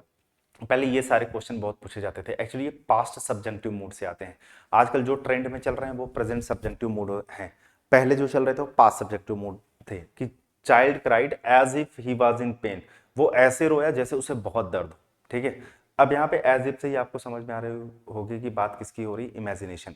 जब हम हाइपोथेटिकल सिचुएशन की बात करें, अनरियल सिचुएशन की बात करें, तो इस कंडीशन में हम क्या लगाते हैं, वर्ब की सेकंड फॉर्म, क्योंकि अगर आप वाज लगा दोगे तो इसको रियलिटी मान लिया जाएगा, इसको पास्ट का फैक्ट मान लिया जाएगा। लेकिन हम फैक्ट नहीं बता रहे हैं, हम बता रहे हैं कि ये एक इमेजिनेशन है। तो हाइपोथेटिकल सिचुएशन को कन्वे करने के लिए हम क्या लगाते हैं, वर लगा देते हैं। तो ये हो जाएगा आपका, ठीक है। अगला देखिएगा, जैसे लिखा है the girl walked the dog in a green dress. अब सेंटेंस पहले एक बार पढ़ो, जो लड़की है वॉक द डॉग, उसने कुत्ते को घुमाया ग्रीन ड्रेस में। अब अगर आप यहाँ पे नोटिस करो तो ये क्या है, इन प्रेपोजिशन है, अ ग्रीन ड्रेस इस प्रेपोजिशन का ऑब्जेक्ट है, तो ये पूरा प्रेपोजिशनल फ्रेज है, ठीक है। तो प्रेपोजिशनल फ्रेज के बारे में मैंने आपको बेसिक में ही पढ़ाया था, लेकिन आपने शायद नहीं पढ़ा होगा। तो इस प्रेपोजिशनल फ्रेज को हमने बताया था, ये दो तरीके से काम करता है, या तो एडजेक्टिव के तरीके से काम करता है या तो एडवर्ब के तरीके से काम करता है। तो कभी भी आप देखोगे ना, जो प्रेपोजिशन के बाद उसकी ऑब्जेक्ट आती है, जिसको हम प्रेपोजिशनल फ्रेज बोलते हैं, उसका जो पार्ट्स ऑफ स्पीच होता है किसी भी सेंटेंस के अंदर, वो दो तरीके का होता है, या तो एडजेक्टिव या तो एडवर्ब। हमें देखना ये होता है कि लगा किसके लिए है। तो अगर आप देखेंगे इन अ ग्रीन ड्रेस, तो ये डॉग के लिए लगा है, क्योंकि ये डॉग के पास में है ना। क्योंकि जनरली होता क्या है ना, कि ये थोड़ा सा ध्यान दीजिएगा इस बात को, कि जैसे जिनकी विशेषता हमें बतानी होती है, जनरली उस ग्रुप ऑफ वर्ड्स को हमें उनके पास रखना होता है, ठीक है, उनसे दूर नहीं। अगर यहाँ द डॉग के बाद इन्हें ग्रीन ड्रेस आया, तो इसका मतलब ये है कि इन्हें ग्रीन ड्रेस इस डॉग के लिए लगा है। तो आपने, लड़की ने जिस कुत्ते को टहलाया उसने ग्रीन ड्रेस पहन रखा था, ये बात थोड़ी सी अटपटी नहीं लग रही है कि कुत्ते ने ग्रीन ड्रेस पहन रखा था। बात हम ये कहना चाह रहे होंगे कि लड़की ने ग्रीन ड्रेस पहन रखा था जिसने कुत्ते को टहलाया। तो अब ये इन ग्रीन ड्रेस कायदे से तो लड़की के पास होना चाहिए, है ना। अब यहाँ पे आप देखो, walk the dog in a green dress, ये भी गलत हो गया। Walking the dog, walking verb की आईएनजी फॉर्म है। अब वर्ब की आईएनजी फॉर्म जो है वो मेन वर्ब हो गई। अब वर्ब की आईएनजी फॉर्म यानी मेन वर्ब बिना हेल्पिंग वर्ब के कैसे आएगी, इन्होंने लिख दिया, ये भी गलत हो गया। In a green dress walk the dog, ये सही है। In a green dress walking the dog, ये गलत है। ठीक है, फिर से वर्ब की आईएनजी फॉर्म आ गई बिना हेल्पिंग वर्ब के, है ना।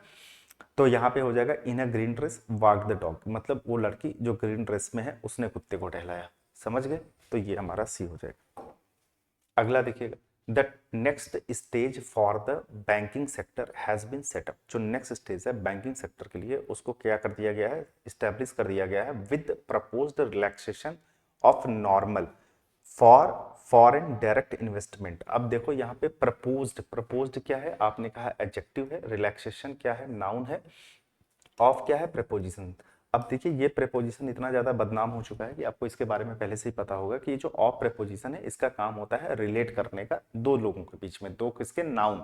तो अगर ये रिलैक्सेशन ऑफ व्हाट, नॉर्मल नहीं, क्योंकि नॉर्मल जो है वो हमारा एडजेक्टिव होता है, हम बात यहाँ पे नॉर्म्स की कर रहे हैं, क्योंकि नॉर्म्स का मतलब मानक होता है, स्टैंडर्ड होता है। ठीक है, तो यहाँ पे टू नॉर्म्स नहीं होगा, इन नॉर्मल नहीं होगा, बाई नॉर्मल नहीं होगा, ऑफ नॉर्म्स होगा। तो रिलैक्सेशन ऑफ नॉर्म्स की बात हो रही है। डन। चलिए अगला देखिए, यहां पे लिखा है as soon as Gita open the umbrella, जैसे ही गीता ने छाता खोला, a scorpion fell about of it, fell about of it. Okay, अब पहले इसको तो आप समझ लो, आपको क्या लगता है सेंटेंस क्या कहना चाहता है। सेंटेंस ये कहना चाहता है, जैसे क्या होता है कि बहुत बारी जब हम लोग जूते पहनते हैं, ठीक है, मैं फॉर एग्जांपल आप समझाने के लिए बता रहा हूँ, जैसे आप जूते पहनते हो तो कभी कभी जूते में कोई कीड़ा घुसा होता है, छिपकली घुसी होती है, कुछ ना कुछ घुसा ही मिल जाता है। ठीक है, अगर आप ध्यान न दो तो उसी तरीके से जैसे छाता बहुत दिनों से अगर आपने ऐसे मोड़ करके रखा हुआ है तो उसके अंदर कुछ घुस जाता है। अब जैसे आप छाते को खोलते हो तो उसके अंदर से गिरता है धाड़ से। ठीक है, जैसे ये छाता आपका ऐसे बंद है ना, अब ये छाते के अंदर कुछ घुसा हुआ है, अब जैसे ही छाता आप खोलोगे तो ये गिरेगा नीचे धाम से, है ना। अगर ये बात आपको समझ में आ गई तो अब आ जाओ मैं आपको थोड़ा सा ये समझाता हूं। जैसे यहां पे लिखा है फेल अप फ्रॉम, ठीक है, तो क्या ये फेल अप फ्रॉम सही होगा, नहीं, क्योंकि अगर आप यहाँ फेल अप फ्रॉम में ये देखो तो ये अप है, तो अप का जो सेंस होता है वो ऊपर का होता है।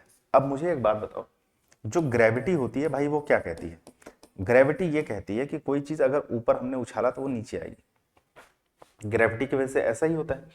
अगर आप यहाँ पे अप कर रहे हो तो यहाँ पे आप ऊपर की बात करो, ग्रेविटी से चीज नीचे गिरती है ना कि ऊपर जाती है। अगर उसने छाता खोला होगा तो कोई चीज नीचे गिरी होगी ग्रेविटी की वजह से, ना कि वो ऊपर जाएगी। तो इस वजह से तो भाई ये तो गड़बड़ हो गया। अब आप कहोगे फेल ऑफ फ्रॉम, अगर आप यहाँ पे नोटिस करो फेल ऑफ, फेल ऑफ का यूज हम वहां करते हैं, ठीक है, जब कोई चीज सरफेस से नीचे गिरती है, सरफेस से नीचे गिरती है। ठीक है, अब ये सरफेस से नीचे गिरती है का क्या मतलब है, जैसे मान लीजिए ये सरफेस है, ठीक है, ये मान लीजिए टेबल है, ये सरफेस है, अब यहां से ये बोतल गिर गया, ठीक है, तो ये बोतल गिर गया तो ये सरफेस से कोई चीज अगर नीचे गिरे तो उसके लिए हम फेल ऑफ का यूज करते हैं। क्या वो किसी सरफेस से नीचे गिरी है, नहीं, वो तो ऐसे अम्ब्रेला बंद था तो वो उसके अंदर घुसी थी, तो ये अम्ब्रेला खुलने से वो नीचे गिरी, उस कोई सरफेस पे ऊपर नहीं था। ठीक है, तो इस वजह से ये भी नहीं होगा फेल ऑफ। तो याद रखिएगा ये जो फेल ऑफ होता है सरफेस से नीचे गिरने की कंडीशन में लगाया जाता है। अब फेल आउट ऑफ यहाँ पे लिखा है, ये सही है, इसका मतलब होता है इनसाइड टू आउटसाइड।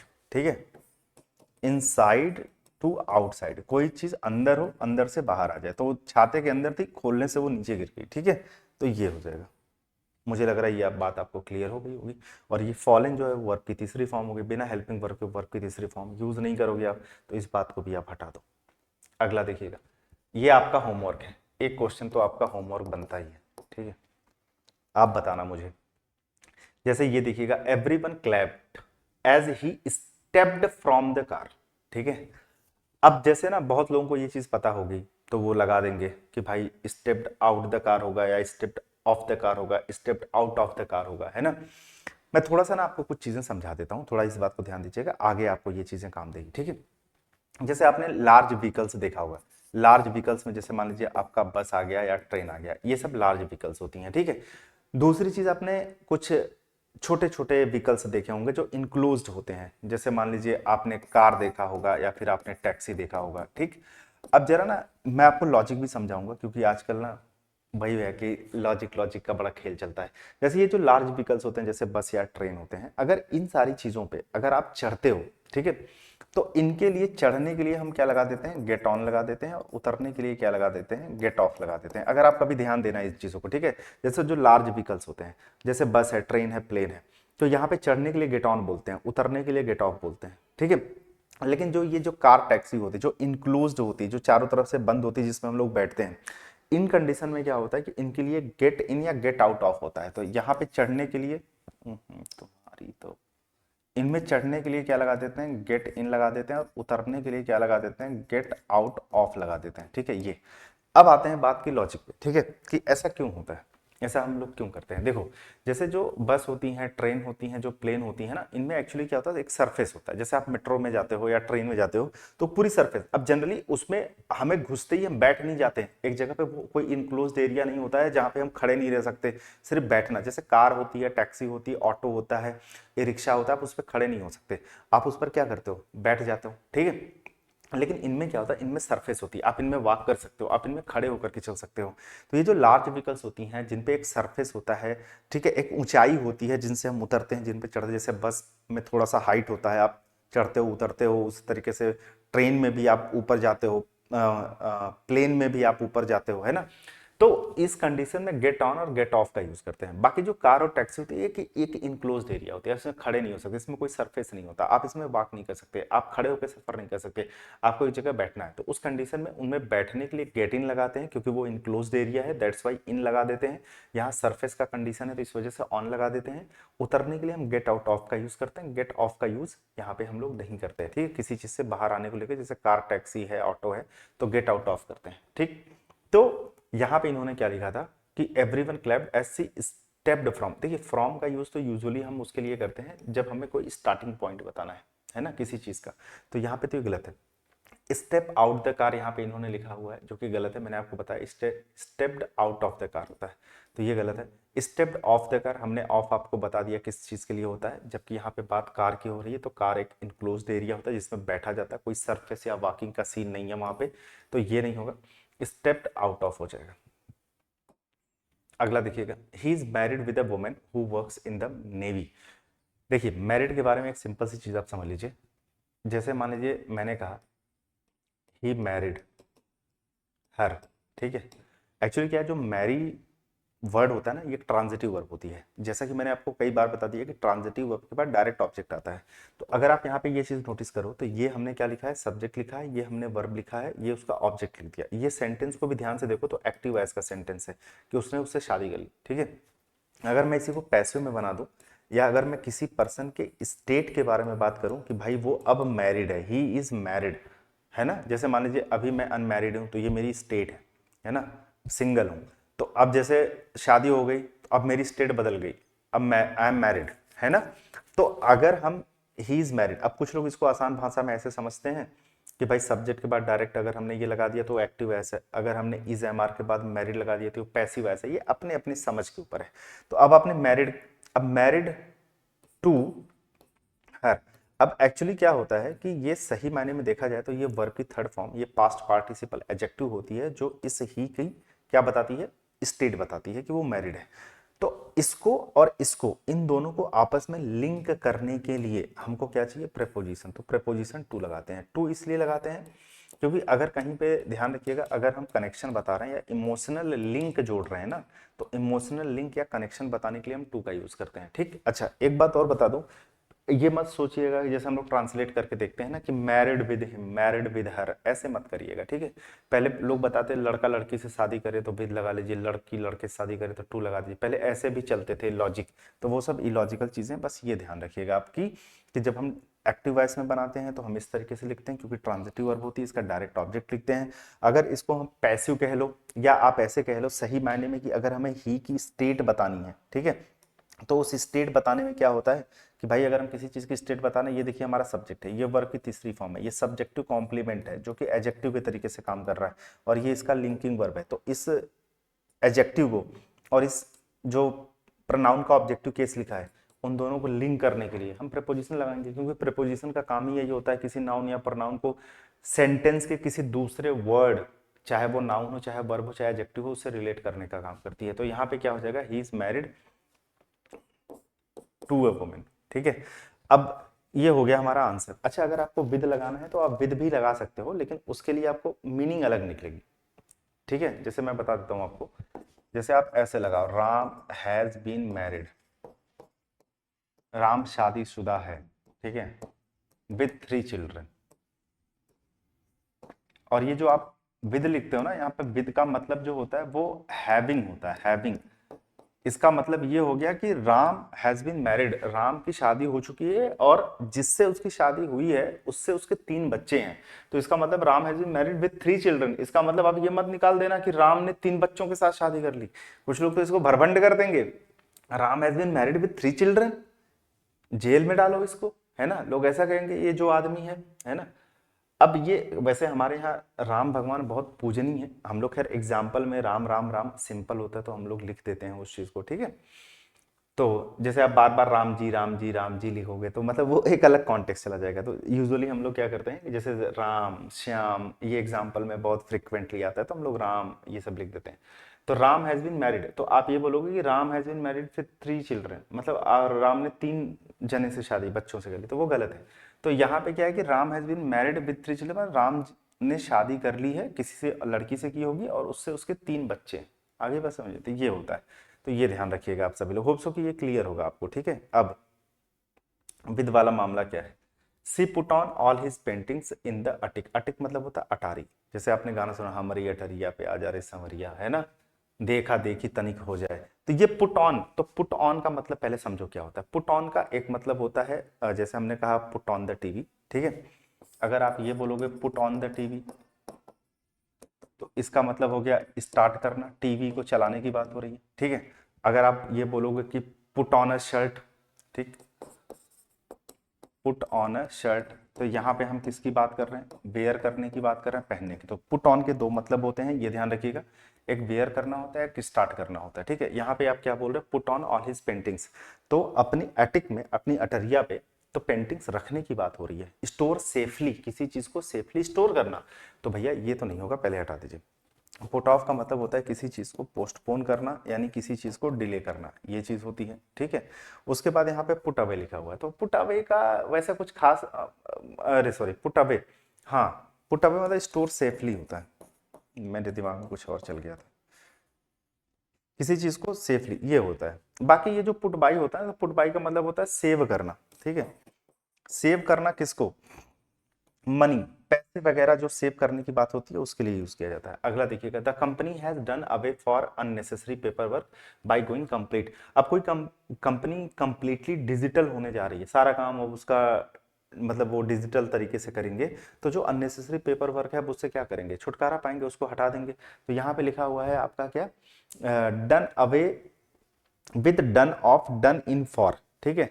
तो यहाँ पे देखो आप ना, ये जो सही आंसर होगा, क्योंकि एक सेकंड रुकना, जैसे ये डन इन फॉर लिखा है, डन इन फॉर मतलब तो चलो ये रियूंड होता है, मतलब किसी चीज को बर्बाद हो जाना, तो ये तो होगा नहीं, डन अवे विद हो जाएगा। डन अवे विद मतलब होता है गेट रिड ऑफ समथिंग, किसी चीज से छुटकारा पाना, ठीक है, ये चीज। या रिमूव समथिंग कंप्लीटली, किसी चीज को कंप्लीटली रिमूव कर देना, तो वो लोग अननेसेसरी पेपर वर्क से छुटकारा पाएंगे और पूरी तरीके से काम को किस पे करेंगे, डिजिटल तरीके से करेंगे। समझ गए ये चीज आप लोग। अगला देखिएगा, I bought a new pair of jeans and they are already torn.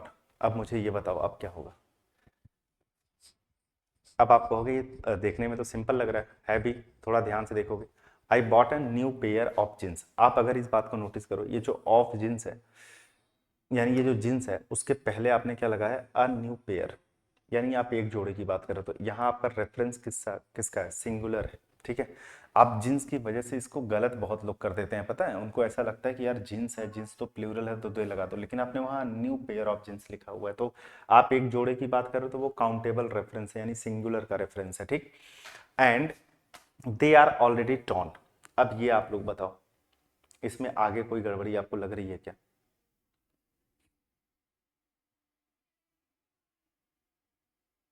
सोच लो आराम से। जैसे आपको ये पता चला कि अगर ये सिंगुलर है तो देखिए ये दे भी गड़बड़ हो गया, यहाँ पे दे नहीं आएगा, इसके लिए आपको क्या लिखना पड़ेगा, इट लिखना पड़ेगा। तो अब ऑप्शन में आकर के आप देखोगे तो आई bought a new pair of jeans and it is already torn, I bought a new pair of jeans and it has already torn. अब अगर अब देखो यहाँ पे इट इज ऑलरेडी टॉर्न और यहाँ पे it has already torn, I bought a new pair of jeans and it was already torn and which are, ये तो खैर गड़बड़ हो गया क्योंकि यहाँ पे हम सिंगुलर रेफरेंस दे रहे हैं तो ये विच रिलेटिव प्रोनाउन के बाद आर ऊपर से एंड विच दोनों साथ में, ये गड़बड़ है। ये तीन चीजें आपको फंसा सकती हैं। अब आपके हिसाब से आपका इसमें आंसर क्या हो सकता है, अब इस बात को सोचो, ठीक है। एक्चुअली आप सेंटेंस को पहले ध्यान से पढ़ो। मैंने जो है एक न्यू पेयर ऑफ जींस खरीदा and it are already torn, ठीक है। अब पता है जैसे ना, अगर आप यहाँ पे देखो वाज लगा दोगे तो वाज का मतलब ये निकलेगा कि जब खरीदी थी तब फटी थी, ठीक है।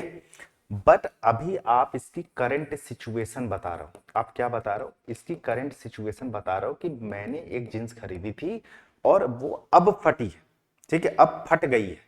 तो कहने का मतलब ये है कि सेंटेंस पढ़ के कभी कभी आप सीधे नाक के सीधे नहीं देख सकते, रट नहीं सकते, आप सेंटेंस पढ़ के उसका कॉन्टेक्स्ट आपको समझना पड़ेगा। तो यहाँ पे आप ये बताना चाह रहे हो कि आपने जो जींस खरीदी थी ना, उसका करंट सिचुएशन ये है कि वो फट चुकी है ना। तो आप यहाँ पे क्या बता रहे हो, हाल फिलहाल में फट गई है, ठीक है। मतलब ये आप अभी की सिचुएशन बता रहे हो तो इसके लिए आपको इज लगाना पड़ेगा, ठीक है। लेकिन अगर आप यहाँ पे वाज लगा दोगे तो इसका मतलब ये निकलेगा जब आपने खरीदी थी तभी फटी थी। तो ये बात यहाँ पे जस्टिफाइबल नहीं हो रही है, ठीक है। जब खरीदी थी तभी फटी थी, तो ये तो हमारा गड़बड़ हो गया। जैसे हम ये बोलते हैं ना, I bought this milk today, it is already सोर, ठीक है। तो हम ये बताना चाह रहे हैं कि वो जो हमने खरीदा था ना उसकी करंट, जैसे मान लो हम I bought this milk today, I bought this milk, अब मैं बोलूं and it is already sure. अब जैसे हम दुकान से खरीदा हमने, अब हम यहाँ पे लेकर के आए, 1 घंटा हो गया, अब हम चाय बनाने जा रहे हैं, ठीक। अब हमने देखा तो हम आपको करंट सिचुएशन बताएंगे ना, यार हमने दूध खरीदा था वो फट गया, तो उसका करंट सिचुएशन ये है कि वो फट गई है दूध, ठीक है। तो इस वजह से वो हम प्रेजेंट में बताएंगे। अगर हम वाज बोलेंगे तो वो तभी फटी हुई थी, अब फटी हुई थी तो तुमने लिया गया, ठीक है।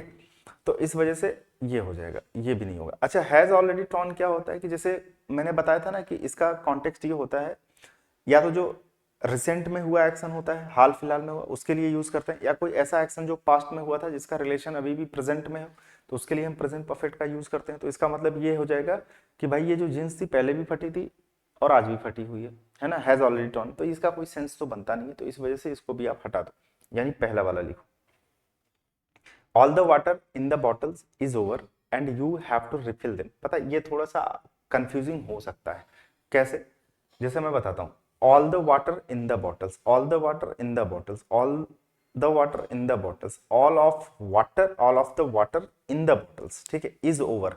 अब हम पानी के ओवर होने की बात कर रहे हैं, खत्म होने की बात कर रहे हैं, तो भाई पानी अनकाउंटेबल होता है तो आर आर नहीं होगा, लो एक ही सही है, इज, ठीक है।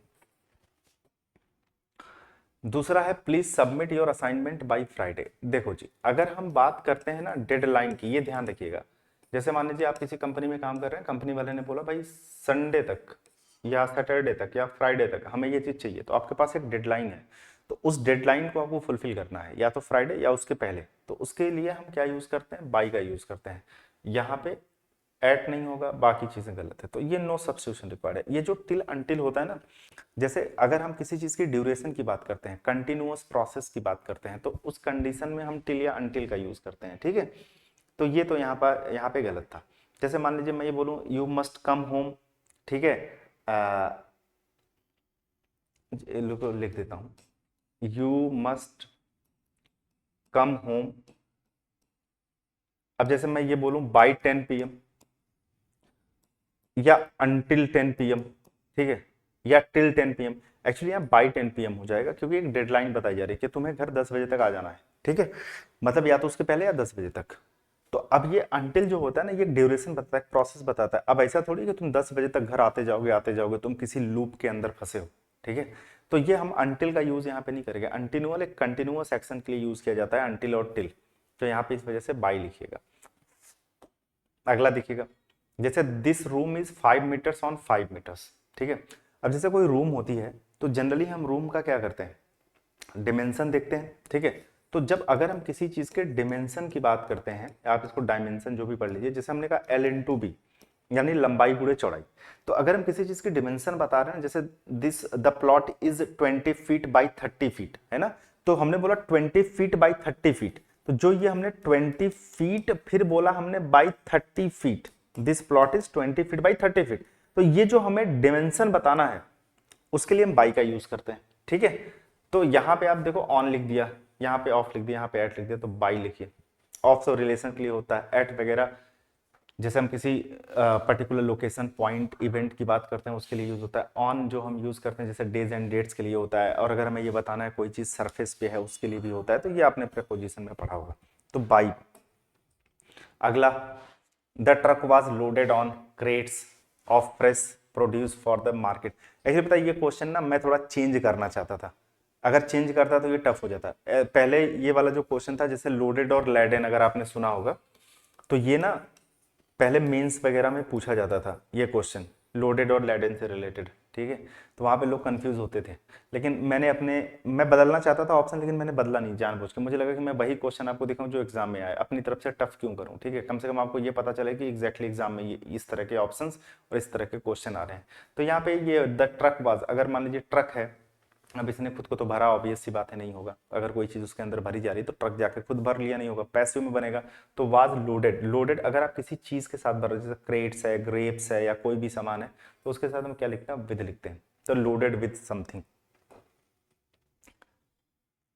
ये एक क्वेश्चन आपको और देता हूं, ये क्वेश्चन और आप बताना, आपको मैंने कितने दिए, 2 होमवर्क दिए, ठीक है, दोनों बताना आपके हिसाब से क्या होगा। अगर आप ज्यादा कमेंट करोगे तो मैं उसके सॉल्यूशन भी आपको बता दूंगा, आई नहीं, लेकिन मुझे ऐसा लगता है कि इतना डिफिकल्ट नहीं है, आप इजीली कर सकते हो, तो इस वजह से बाद में मैं सॉल्यूशन डिस्कस करता नहीं हूँ। मुझे लगता है कि थोड़ा ऐसे क्या होता है, मैं आपको सीरियसली बताऊं, मतलब होमवर्क इसलिए दे दिया जाता है स्टूडेंट को कि ना एक तो आप कमेंट करो। अब आपसे छुपाना क्या, मतलब मैंने पहले भी बहुत बार बोला है, ठीक है, मैं थोड़ा सा कोशिश करता हूँ कि चीज़ों को लेकर के ऑनेस्ट हूँ। तो ये होता है कि जब लड़के कमेंट करते हैं तो हमें ये समझ में आता है कि यार लड़के पार्टिसिपेट कर रहे हैं, तो हम थोड़ा मोटिवेटेड और इंस्पायरिंग फील करते हैं अपने काम को लेकर, क्योंकि हम थोड़े इंस्पायर होते हैं कि यार हम काम करें, ठीक है। दूसरी चीज़ ये होती है कि जब लड़के कमेंट करते हैं ना, तो उससे थोड़ी रीच भी हमारी वीडियो को मिलती है ना।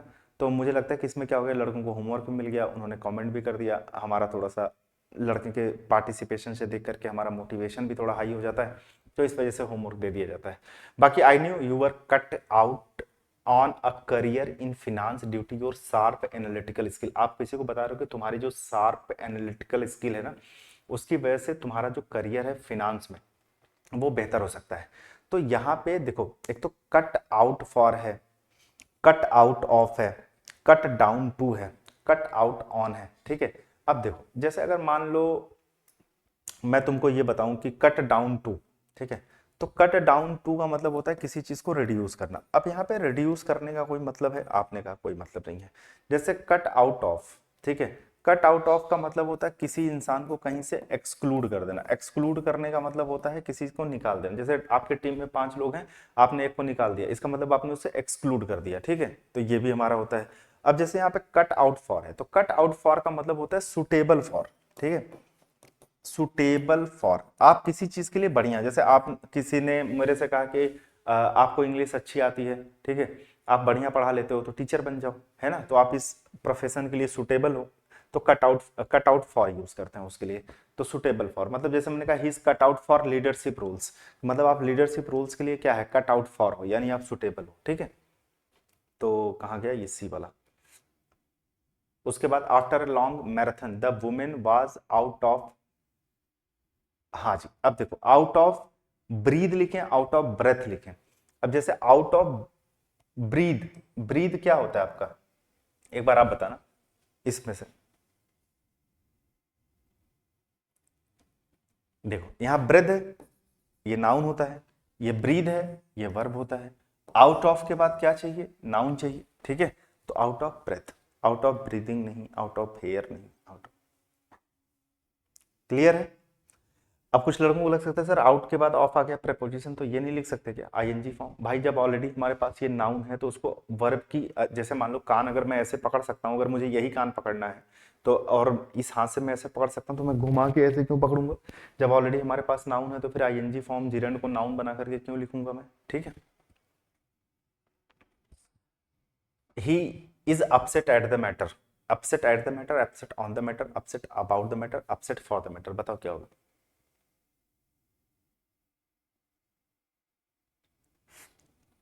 सोच लो।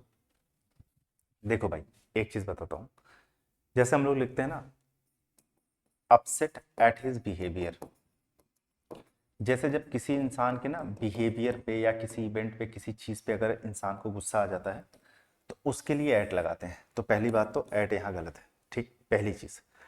अब जैसे हमने बोला अपसेट ऑन द मैटर, ये जो ऑन जनरली होता है ना, जैसे अगर हमें डिस्कशन करना है, ठीक है, किसी चीज पे अगर डिबेट करना है उसके लिए ऑन का यूज होता है। बाकी ऑन का चीज और भी चीजों के लिए होता है, मैंने बताया था डेज एंड डेट के लिए होता है, सरफेस वाली चीजों के लिए होता है, अगर कोई चीज ऊपर रखी है उसके लिए।